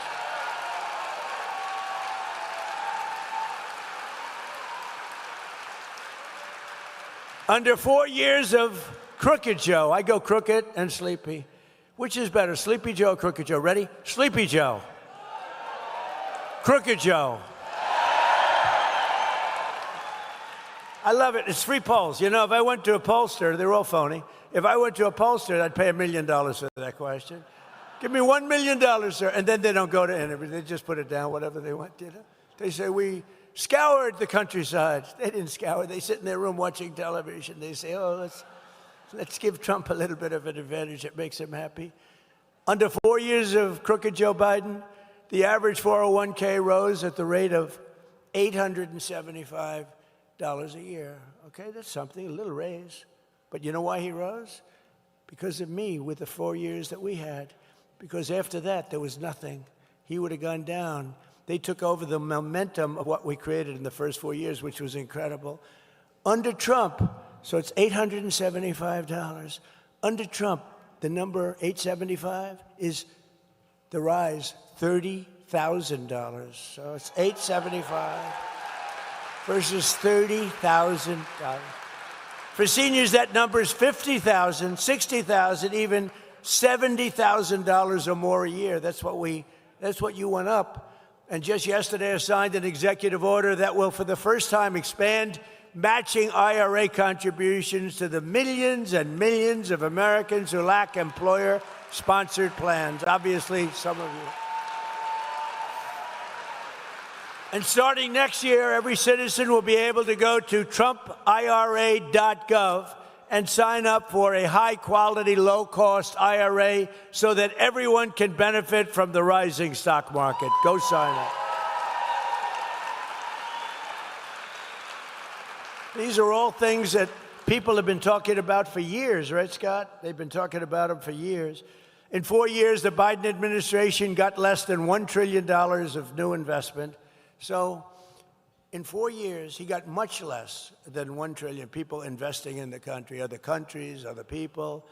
In my first 11 months, we secured commitments for more than $18 trillion now pouring into our country from all over the globe. Think of that. Think of that. Less than $1 trillion in 4 years, and 11 months of 12th month hasn't come out yet. We've been there not long enough. But in 11 months, $18 trillion.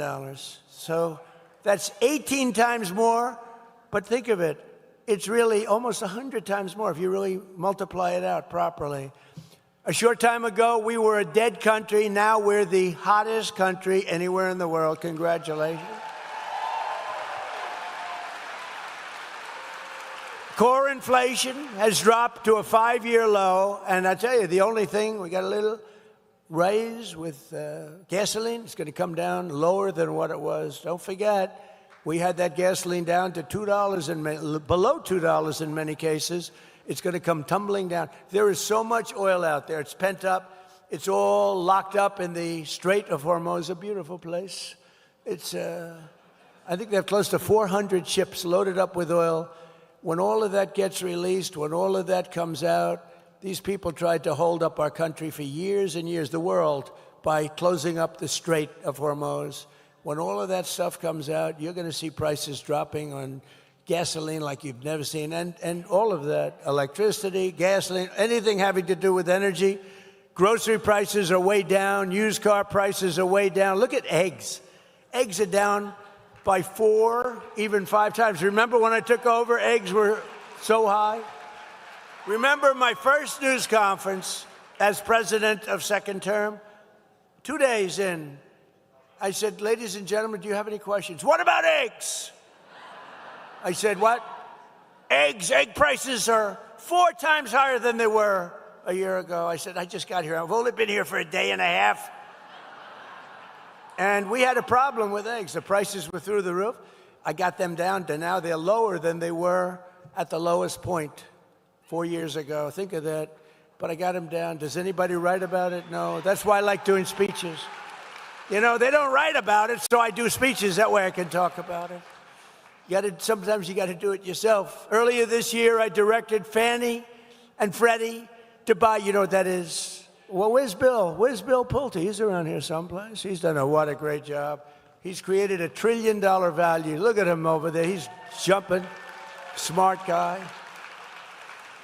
During my first term, I was offered, sounds like a lot of money, but it's very little compared to what, less than $100 million to buy Fannie and Freddie. And I said, nope, I don't want to sell it. Don't sell it. They wanted to sell it so badly.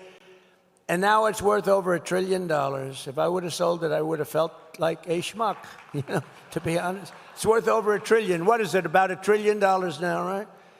He says higher. No, we could have sold it. We could have given it away for nothing, practically nothing.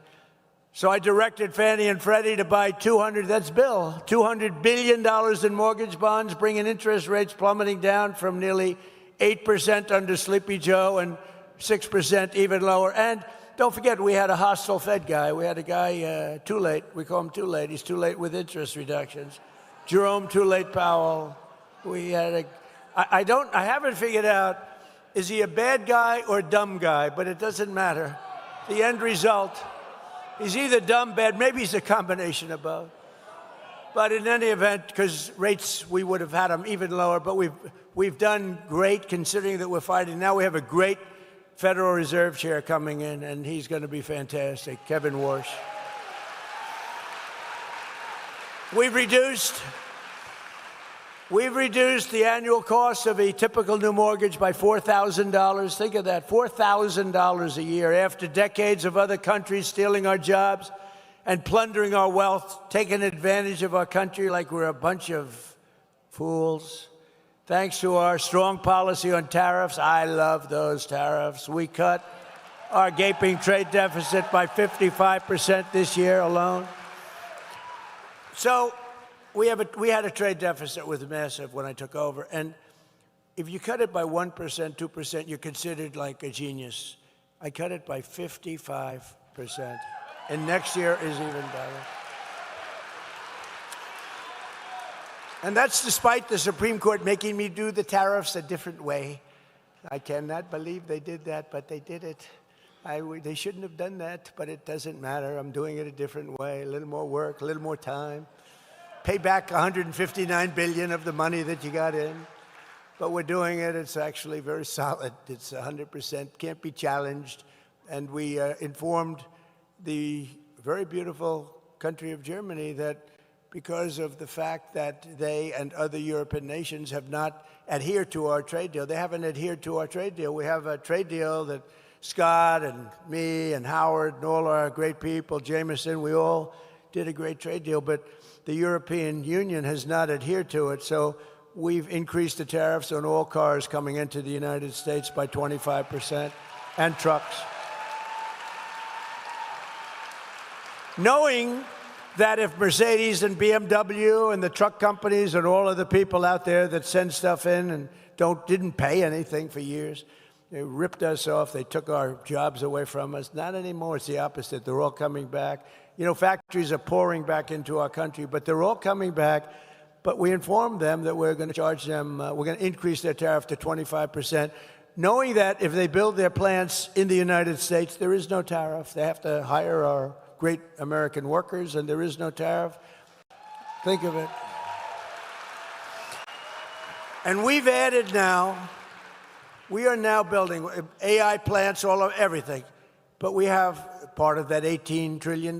But we have more construction going on in what they call plant and equipment than we've ever had before, in car plants. We had a period of time that for 25 years we didn't build one plant. They took our car industry away. It went to Germany, Japan, Mexico, Canada. It went to the European Union like crazy. Germany, think of it. It went to the European Union. We went for a period of almost 30 years with barely building a plant. Now we're building more plants for cars and trucks than we've ever built in the history of our country, including prime time from many years ago. They're all coming back because they don't want to pay tariffs. Very simple. Very simple. They don't want to pay tariffs. If you don't want to pay tariffs, that's fine. Build your plant here. Build it in Florida. I don't think of you too much as, you don't need the cars, but build it in Florida. Any place in the United States is okay with me, but they're building them all over our country. We added 186,000 private sector jobs in March. Jobless claims just hit the lowest level since 1969. Think of it, jobless claims. So, since 1969. The lowest level since 1969. And more Americans are working today, as I said, than at any time in the history of our country by far. It's not even close. And with our no tax on tips, no tax on overtime, no tax on Social Security, we're doing something that has never been done. And the consumer, which is you have more money to spend than you have in many, many decades. Very importantly, for our great seniors, we are, I hate to mention this, it's so negative. It's called the estate tax, because nobody in this room will ever die. But just in case you should, if you have children that you love, it's very important. If you don't love your children, then it doesn't matter too much. Who cares?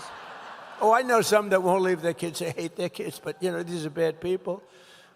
They're usually very wealthy, too. I don't know what that's all about. But we have no inheritance tax. We have no death tax.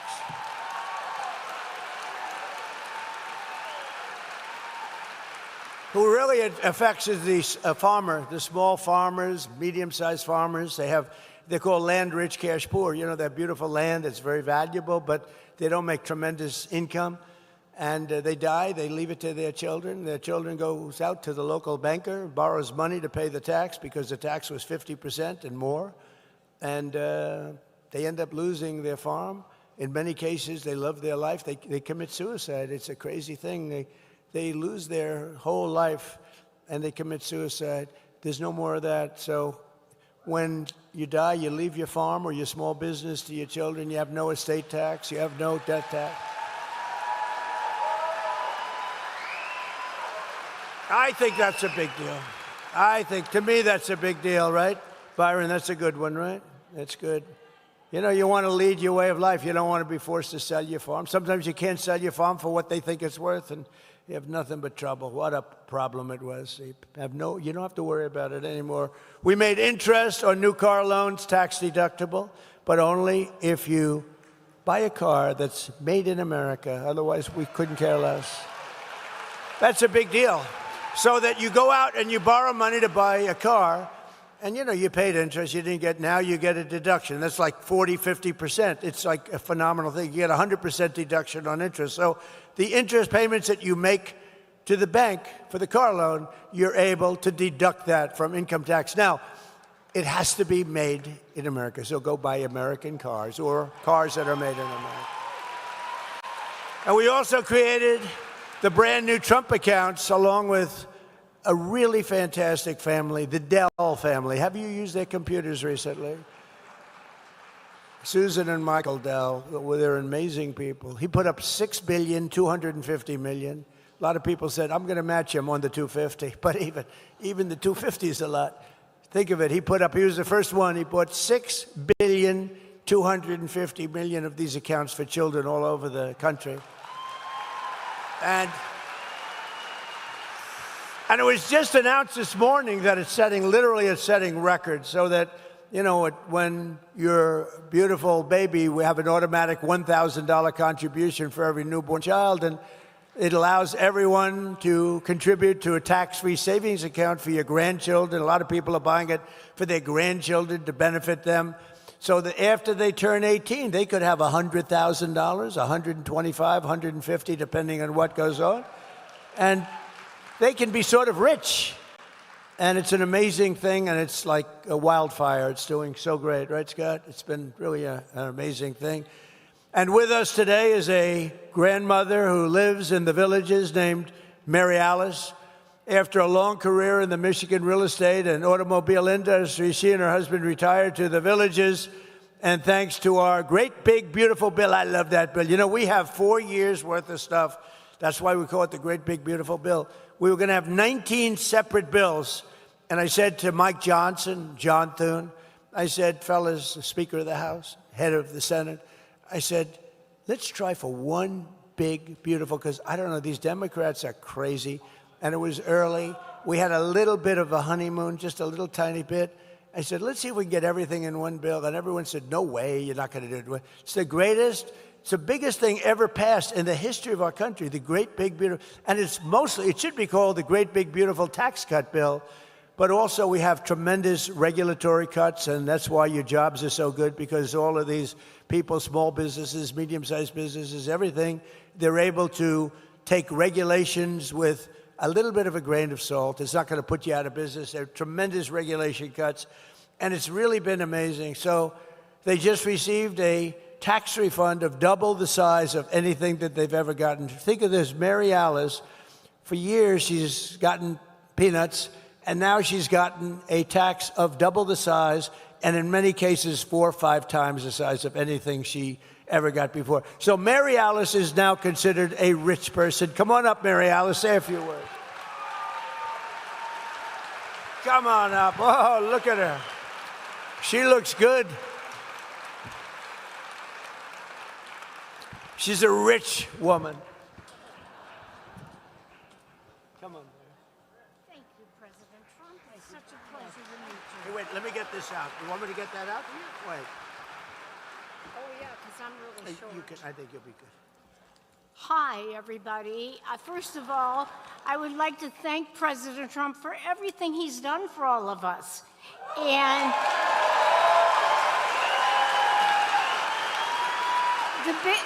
the big, beautiful bill helped my husband and I so much this year. We were so shocked when we picked up our tax return and the accountant told us how much money we were getting back. We were just thrilled. It was double what we thought we would get. We ended up using some of that money to pay for a new roof. Now, we all know we live in Florida and we all need roofs. So we were able to use some of that money for the new roof, and we're thrilled that we were able to do that, and we didn't deplete our savings account. So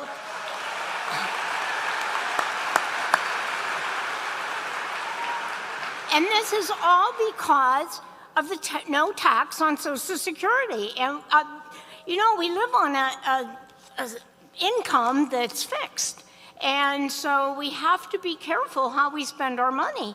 And thanks to President Trump and his administration, we've been able to live a great life here in Florida. So thank you, everyone. Thank you, President. So beautiful. Thank you. Thank you, darling. Careful. Do that really.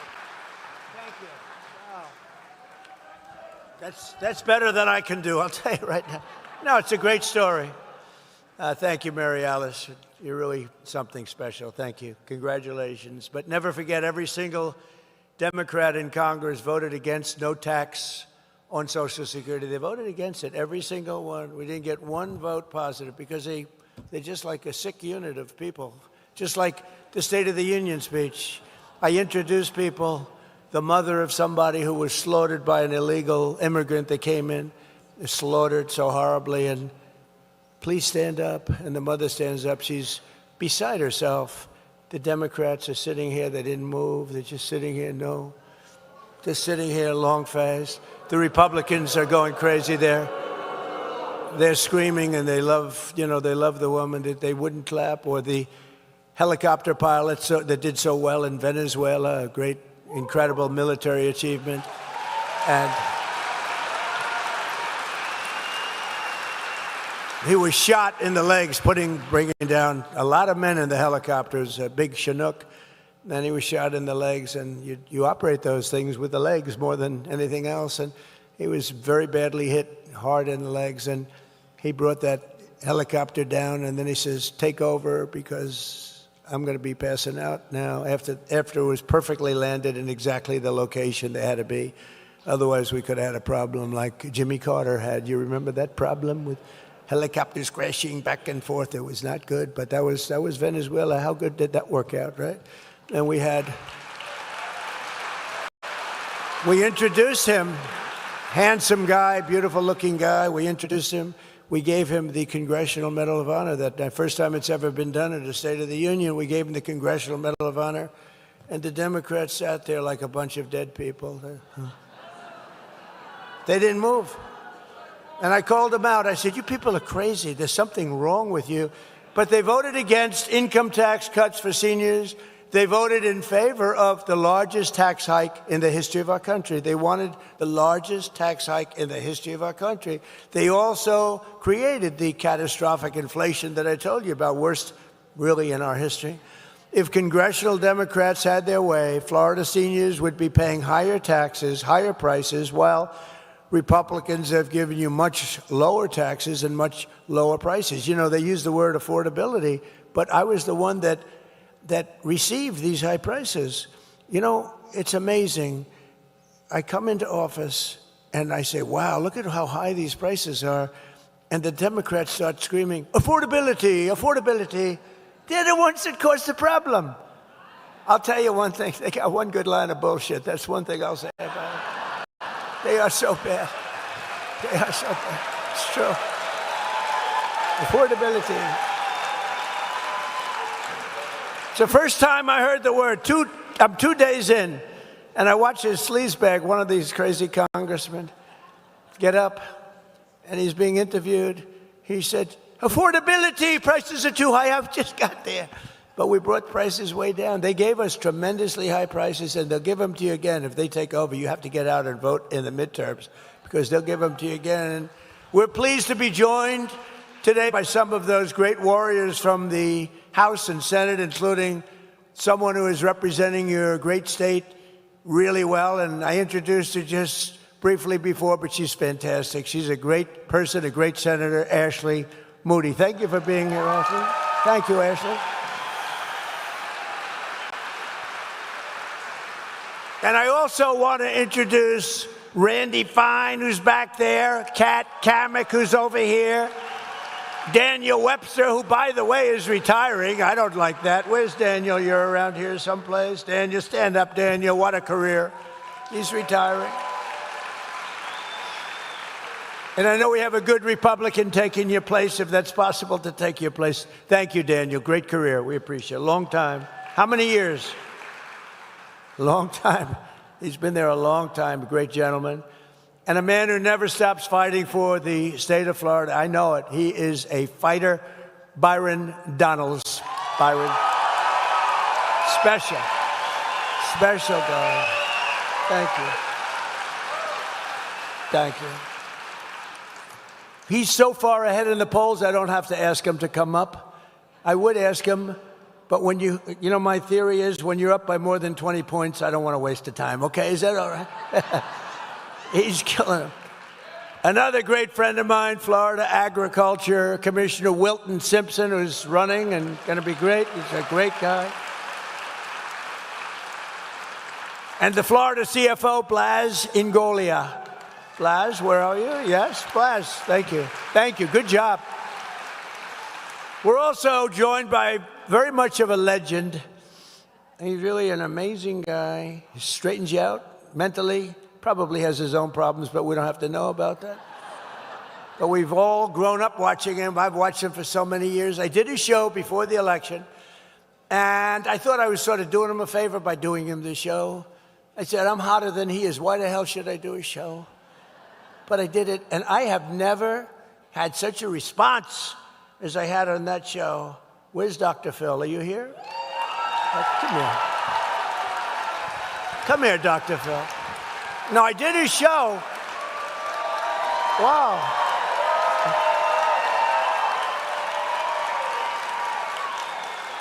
Come on up here, Dr. Phil. Get up here. Give them a little lecture, but very short. Give them a little lecture on life. Talk about life for 2 minutes or less.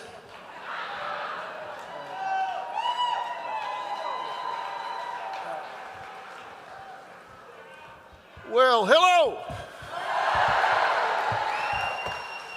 I had a different reaction than the president when I told my wife I was coming to the Villages. She said, oh, no. Not without me, you're not. Those people are crazy partiers. Robin says, give you her love. She really wanted to be here, but we have grandchildren, so I'm now 5th in line. By the way, Mr. President, I've given that cognitive test that he took. I used to administer those, where you give them 9,000 divided by 2, 6, 7. I recall one guy did that about the president's age. Took about 6 minutes to go through it. I said, so what's your answer? And he said, a small wire-haired terrier. So great that he got that done. No kidding. Listen, I really do want to take a chance to talk about this a little bit, because what the president is doing here is really something you got to think about differently. He's restoring trust between Americans and the government, because you understand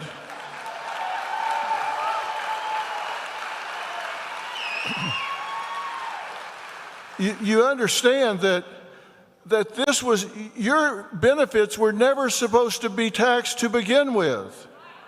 That was the deal the American government made with the American people. And from 1935 until 1983, that was the deal.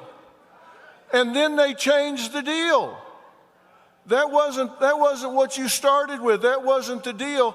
And President Trump is trying to bring the deal back and say you can trust your government to do what they tell you they will do.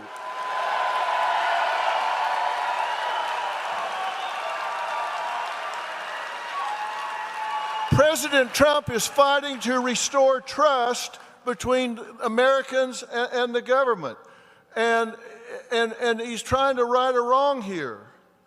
One of the things that President Trump does is he tries to solve problems that nobody else is even working on. They're not even working on this stuff, and he's solving those problems. He's solving the problems other people, they're not even working on. This taxation is double. It's double taxation. Workers pay their 6.2% with after-tax dollars, and then are taxing them again, which is patently unfair. You're paying taxes twice. And he's not willing to say that. And seniors are vulnerable because you have fixed incomes and no ability to earn your way out of a broken tax promise for a tax burden. And he's fighting for that so you don't have to do that.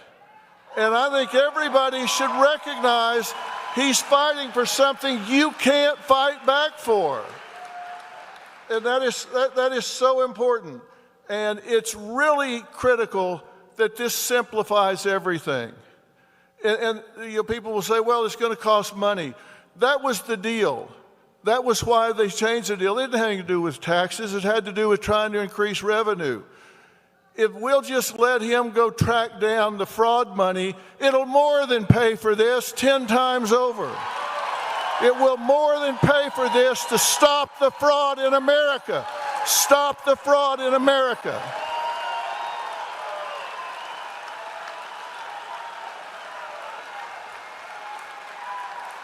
And here's a little reminder. Here's a little reminder in case your mind is playing tricks on you. You matter. You are important, and you are important to this president. I know him, and you are important to this president.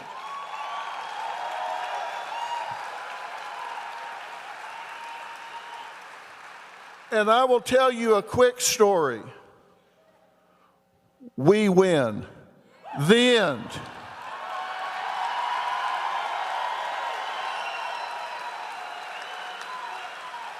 You know, I've spent most of my life, certainly as a professional, actually since I was 12 years old, studying why people do what they do and don't do what they don't do. And I can tell you that in studying that, I have found out what makes people champions. And I know what makes him a champion. I can tell you, people that are champions play the game with passion. They play the game with passion. They surround themselves with like-minded people who understand why they feel so strongly about what they do. They tell themselves the truth. They deal with the truth when it comes up. And I didn't come down here just to stand up and say a few things and get a little golf clap from everybody and say, nice speech. I wanted to come down here because I want you to remember what I'm saying about President Trump and not getting taxed on your Social Security benefits and about his leadership. I want you to remember that on May 1st, the bald guy came up and told you that this is important and we've got midterms coming up and you need to make sure that not only you vote, but find 10 people and make sure that they vote.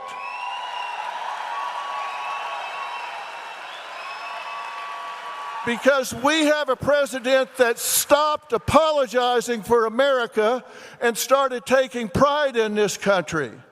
I don't want you to just hear me. I don't want you to just hear me and give me a little golf clap. I want you to hear me and say, on this day, we decided we are marching for the USA. We are marching for the USA, and we are marching for this president. March for the USA. March for the USA.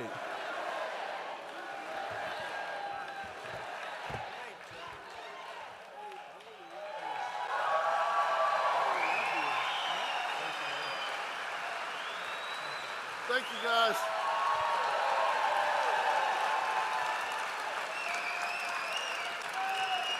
That was a good job. Thank you, Phil. That was great. So just in finishing up, I just want to say, Phil, that was fantastic. Thank you. So true. You weren't supposed to be paying those taxes, but now you're not. So today we delivered the huge win for our great fishermen and anglers here in Florida. I don't know how many people fish. Does anybody fish? We've just officially approved something they've been looking for a long time, all state permits for the 2026 red snapper recreational season. For years, our great fishermen have been punished with very short federal fishing seasons despite record high fish populations, and the states are begging, they're just begging, and the people are begging to get going. We want to go fishing, and the incompetent Biden administration tried to shut down the oceans for our fishermen. We love and respect our fishermen, and unlike the Democrats, will only do them good. So to all of those who fish red snapper and other fish, Trump and Noah are delivering for you, so just enjoy it. We're all set. It's all done. You got fish. If you catch some extra fish, enjoy it. You got plenty of fish. There are a lot of fish in the ocean. I don't know where they came up with that one, but there's a lot of fish. You know, the environmental catastrophes that they've done to this country is just terrible. Starting on day one, we took the most dangerous, unsafe, violent, and open border and created the most secure border in the history of the United States of America, with 0 illegal aliens having come into our country in the last 11 months. 0. In 2025, we achieved the largest drop in the murder rate ever recorded. I hate to even say it. It sounds like sort of terrible, but think of it, the murder rate. Who talks about that? But crime has gotten so bad during the Biden administration. It was the largest number of murders that we've ever had. Now we had the lowest number of murders in our country in 125 years. Think of that. All the way back to 1900. We cut the flow of fentanyl across the border by 63%. Think of that. And it doesn't come in at all by water. I wonder why. By water, we're down 97%. And we're all looking for the 3% because we consider them the bravest people anywhere in the world. You saw what we had to do. For years, they would get a boat, they'd bring him in, they'd book him, and they'd let him go. And he'd go back, and they'd go back to wherever they came from in South America. They'd be taking a boat in the next day. No, we stopped it. It was enough. We're down 97% in fentanyl by sea. Think of that.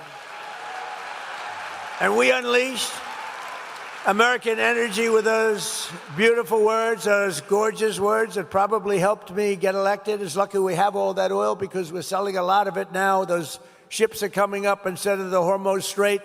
They're coming up. Those ships are coming up by the hundreds. They're loading up in Texas, Louisiana, Alaska. But we had those beautiful words. We have plenty of oil. We have more oil. We have double the oil. If you add up Saudi Arabia and Russia, we're more than double what they produce together. Think of that. The words are drill, baby, drill. And as you can see, we rebuilt our great military in my first term and spent over $1 trillion of investment over the last very short period of time. And despite the fact that they embarrassed us in Afghanistan by leaving a lot of equipment behind, those fools, but it was still a lot of equipment, but not a lot compared to what we did. But we rebuilt it during my first term and my first year. And I didn't know we'd have to use it this much, but if you look at what we've done, I mean, Venezuela is considered one of the greatest military movements in history. There's never been anything like it. And frankly, we're doing just about as well in Iran, but I don't like talking about it until the jobs are finished. Let's not talk about anything until it gets finished. But think of it, their Navy's gone, their Air Force is gone, their whole place is gone, and then we get people to say that we're not winning. You know, we get the radical left to say we're not winning. We're not winning. They don't have any military left. It's unbelievable. It's actually, I believe it's treasonous. Okay, you want to know the truth? It's treasonous. So we rebuilt our military. We have the greatest military anywhere in the world, and we've proven that. In Venezuela, we're proving it right now in Iran. They're looking at this saying, what the hell is this? This should have been done, Iran, by other presidents long before me, and it should have been done by other countries, too. And we got no help from NATO. We got no help, zero from NATO. You know, we spent trillions of dollars on NATO. We got no help. We didn't need it, but we got none. I said, would you like to come? Yeah, you're fired. He said, fire him. No, they know they got problems. No, it was a paper tiger. We got critical race theory out of our schools. We abolished DEI all across our federal government. Our people are prospering again, our country is winning again, and America is respected again, perhaps respected more right now than ever before. And if you go back 1 year, 1.5 years, we were a laughingstock all over the world. We had a president that couldn't walk up a flight of stairs. The whole thing was ridiculous. Couldn't walk upstairs or downstairs. Now, I'm very careful when I say this, because there'll be a day when I may go down, and I don't want to be too strong on that, because if it happens, I want to just pop up and say, hi, everybody, how you doing? But he fell excessively.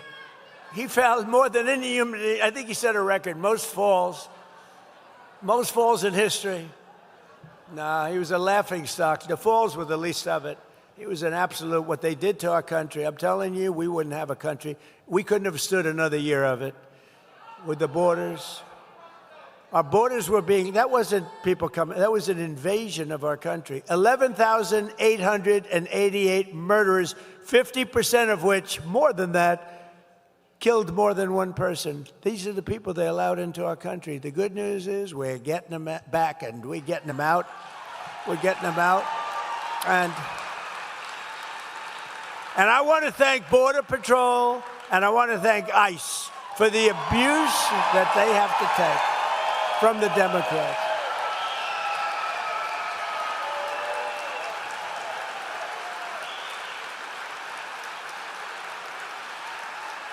That's nice. They'll be happy to hear that. That's very nice. Very nice. Thank you. They'll be happy to hear that. They watch. I mean, ICE, the job they have, Border Patrol, the job they have. Think of it, the border, 11 months, 0 people came through our border, 0. And those charts are made up by Democrats. They don't even try. The answer is, that used to be thousands, hundreds of thousands of people lined up trying to break into our country. Now there's nobody. You have these plazas, there's nobody in them. They don't, because they know they're not coming in. But the job that Border Patrol and ICE, and then they get ridiculed and defunded. They will defund your police. If they had free reign, the Democrats will defund your police. We cannot. This is what they're doing with ICE. This is what they're doing with Border Patrol. With the help of our Republican majorities in Congress, we will pass the great health care plan, stop all payments to big insurance companies, and give the money directly to the people to buy their own health care, which will be a much better health care at a much lower price than ours. You're working on that. It's one of the most popular things. The problem is the Democrats will not vote for it because they're owned by these big insurance companies. They're owned, lock, stock, and barrel. We want to pay the money not to the insurance company, but to the people directly to the people, a health savings account, directly into that account, and you go out and buy your own much better health insurance at a much lower cost. Money left over will crush violent crime. We have done an unbelievable job on crime. Impose harsh new penalties for repeat offenders, crack down on Marxist prosecutors and rogue judges, and end deadly sanctuary cities, which is basically only to protect criminals. It's a sanctuary for criminals. Then we will end one of the worst things that's happened in our country. It's just absolutely hurt our country so badly. No cash bail.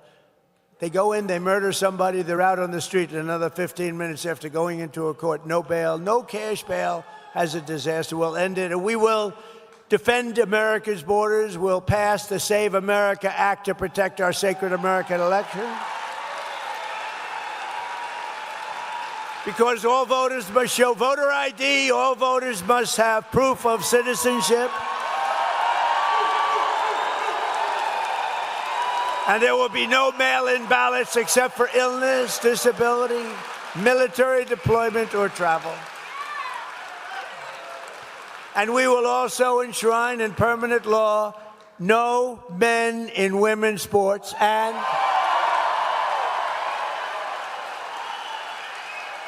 did you ever hear of something like that? I'm just, as I say it a lot. Can you imagine 15 years ago saying that? There will be no men in women's sports. People would say, he's crazy, there's something wrong with that guy. It's a real fight. I watched one of these local congressmen the other day saying, we must have men in women's sports. The whole thing is crazy. You ever see the weightlifting records? It's like a 112-pound difference. A record stands for 19 years.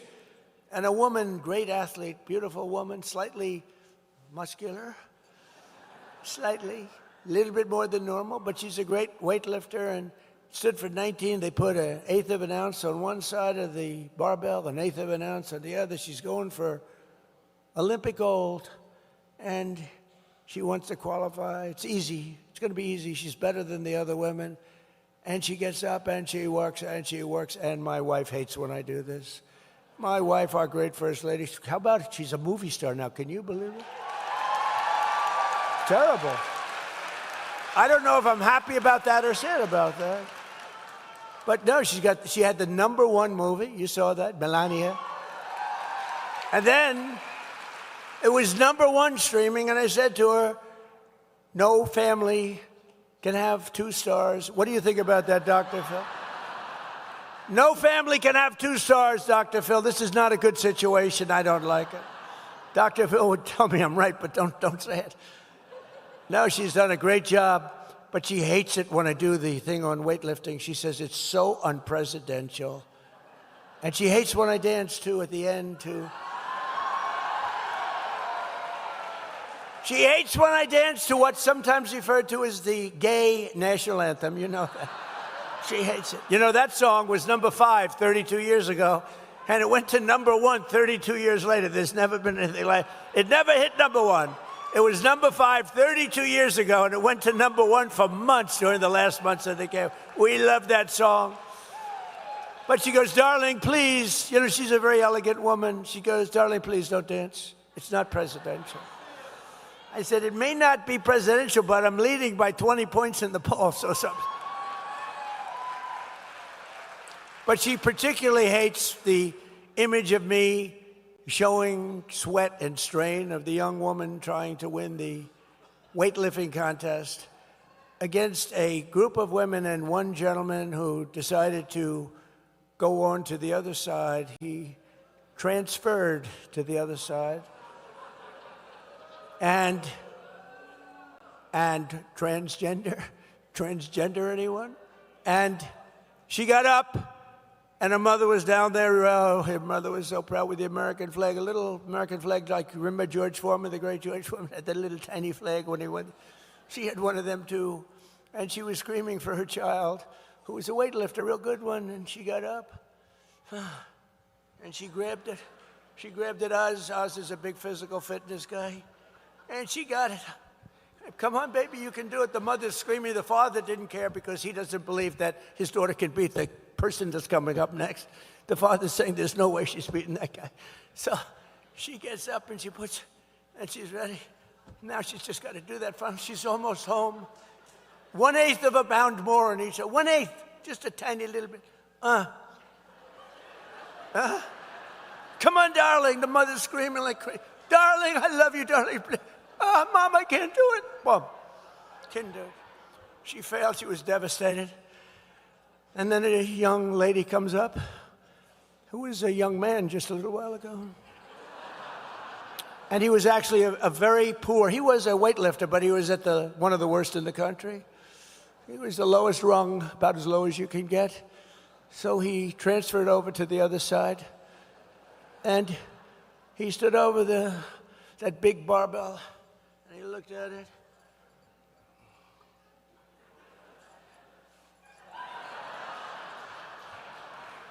The guy could have lifted another 150 pounds. The whole thing is crazy, okay? But the Democrats want men to play in women's sports. And I won't go into swimming or anything else, but the whole thing is ridiculous. And we want no transgender surgery and mutilization of our children. So with the help of everyone in the villages, I only got 97% of the vote. You know, we're still looking for that 3% also.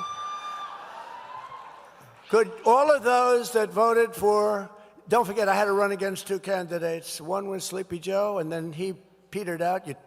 You know, typically when you're 30 points down, you're not going to win. Think of it. It's like you're in a fight. UFC, the great Dana White, you're in a fight.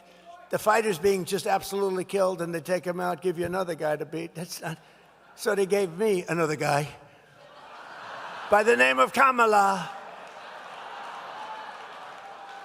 And they said she'll have a 6-week honeymoon period, and then they'll get to know her. And it's true. Remember, she had a little honeymoon period, and she wouldn't do interviews. She wouldn't do. I said there must be something wrong with her. Why wouldn't she do even favorable interviews like Dr. Phil? Dr. Phil would have done an interview. I don't know if he would have been so nice to her. Actually, he might have been tough. He might have been tough on her, Phil. But so then I had Kamala. We beat Kamala by a landslide. Think of it. We won every swing state. We won all 7. They said Trump could win 3 swing states and still win the election. He's leading by so much he could win. We won all 7 swing states. We won the Electoral College in a landslide. We won the popular vote by millions. We won the popular. You know, I hated the first time. We won the popular vote the first time, too, by a lot, by millions. But they had me down a little bit in the popular vote, and they'd always introduce me. Donald Trump, who lost the popular vote. This is the way I got to always introduce. That's why I said, I got to win the popular vote. You know, it's all about the Electoral College. But every time they introduce me, they'd say, ladies and gentlemen, a man who lost the popular vote, but he's president. This is the way I got introduced, you know? So I said, I don't like that. So we won the popular vote by a lot. With all their cheating, that was popular vote AC. You know what AC means? After cheating. We still won it. Because they cheat like hell. That's what they do best. They cheat on elections. Look, if they did, in all fairness to them, if they didn't cheat, it would be impossible to win. You don't win when you have open borders, when you have men and women's sports, when you have the transgender, think of this, transgender mutilization of your children. Oh, please vote for me. I'm all in favor of transgender mutilization of your child. You don't win the kind of things, weak on crime, high on taxes. They voted against all of these tax cuts that we got you. They voted against. They didn't vote against because they thought they were doing something good. They voted against because I was in favor. Anything I'm in favor, I'm telling you, I'm going to run a much different campaign. I'm going to oppose all of those things that are really, really good. We're going to win. We're going to get such Democrat support, you're not going to believe it. They have no clue. But we're going to keep on fighting for American seniors. We've done more for the senior than any other person ever in this office. And we're going to keep on winning for America. We'll honor 250 years of independence, liberty, and freedom. We have it coming up. And we've made our country great. You know, we'll never, ever disrespect MAGA, Make America Great Again. But, you know, when you think about it, Make America Great Again, America is now great. So to say Make America Great Again, but I'm still not getting rid of MAGA. We're not getting rid, because MAGA is the greatest slogan, the greatest branding, the greatest anything in the history of politics of any country.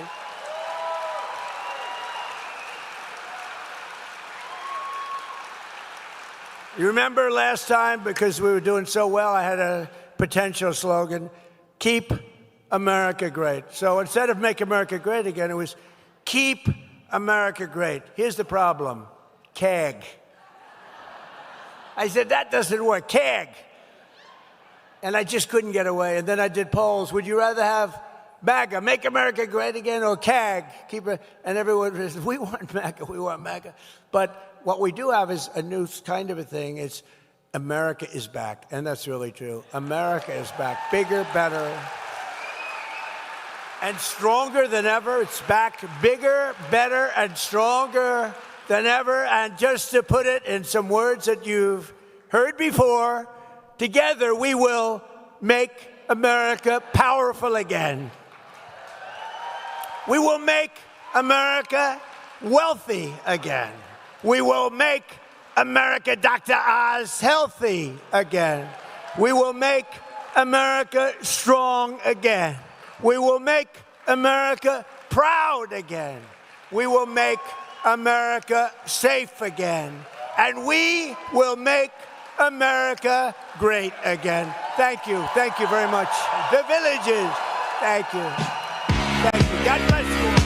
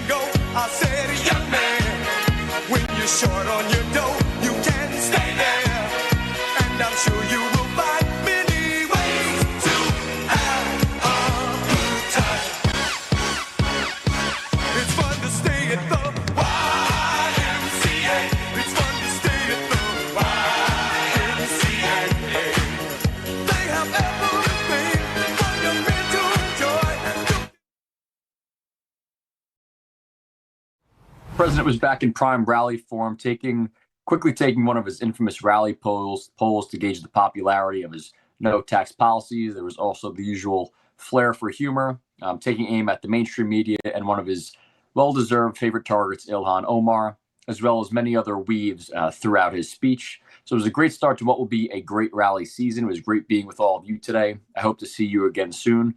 I'm Matt Cain, and until then, you can follow me on X at Matt Cain USA, on Truth Social at Matt Cain. That's Kane.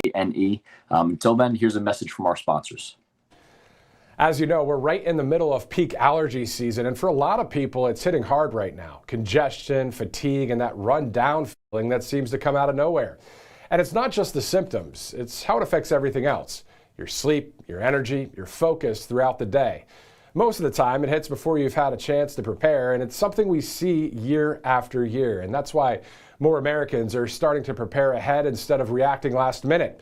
With All Family Pharmacy, you can get access to common allergy medications like nasal sprays and inhalers, along with other prescriptions people rely on this time of year. And the process is simple. You go online, you fill out a quick medical form, and a licensed doctor reviews it. And if appropriate, your medication ships straight to your door. No extra steps, no running around, just a simpler way to handle allergy season and have what you need on hand. Visit allfamilypharmacy.com/RSBN and use that RSBN 10 promo code at checkout so you can save that 10%. This also brought to you by Birch Gold Group. When there are supply constraints on commodities, prices surge. You saw it with fuel prices when the Strait of Hormuz was blockaded. And you know what else is a limited commodity? Gold. They mine it out of the ground, and when it's gone, it's gone. Governments can't just print more of it, and that's why everyone from central banks to savvy savers are diversifying with gold.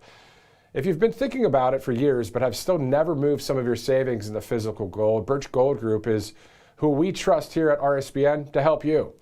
Now through May 29th, Birch Gold is giving a first-time gold buyer a rebate of up to $10,000 on qualifying purchases. For details and a free information kit on diversifying into gold, just text Trump to that number you see right there on your screen, 989898. Birch Gold can help you also convert an existing an IRA or 401k into a tax-sheltered IRA in physical gold. Again, text that word Trump to the number you see on your screen, 989898, to see if you qualify for a first-time gold buyer rebate of up to $10,000. Again, text Trump to 989898 today. For all of us here at RSBN, I'm Matthew Alvarez. We'll see you soon.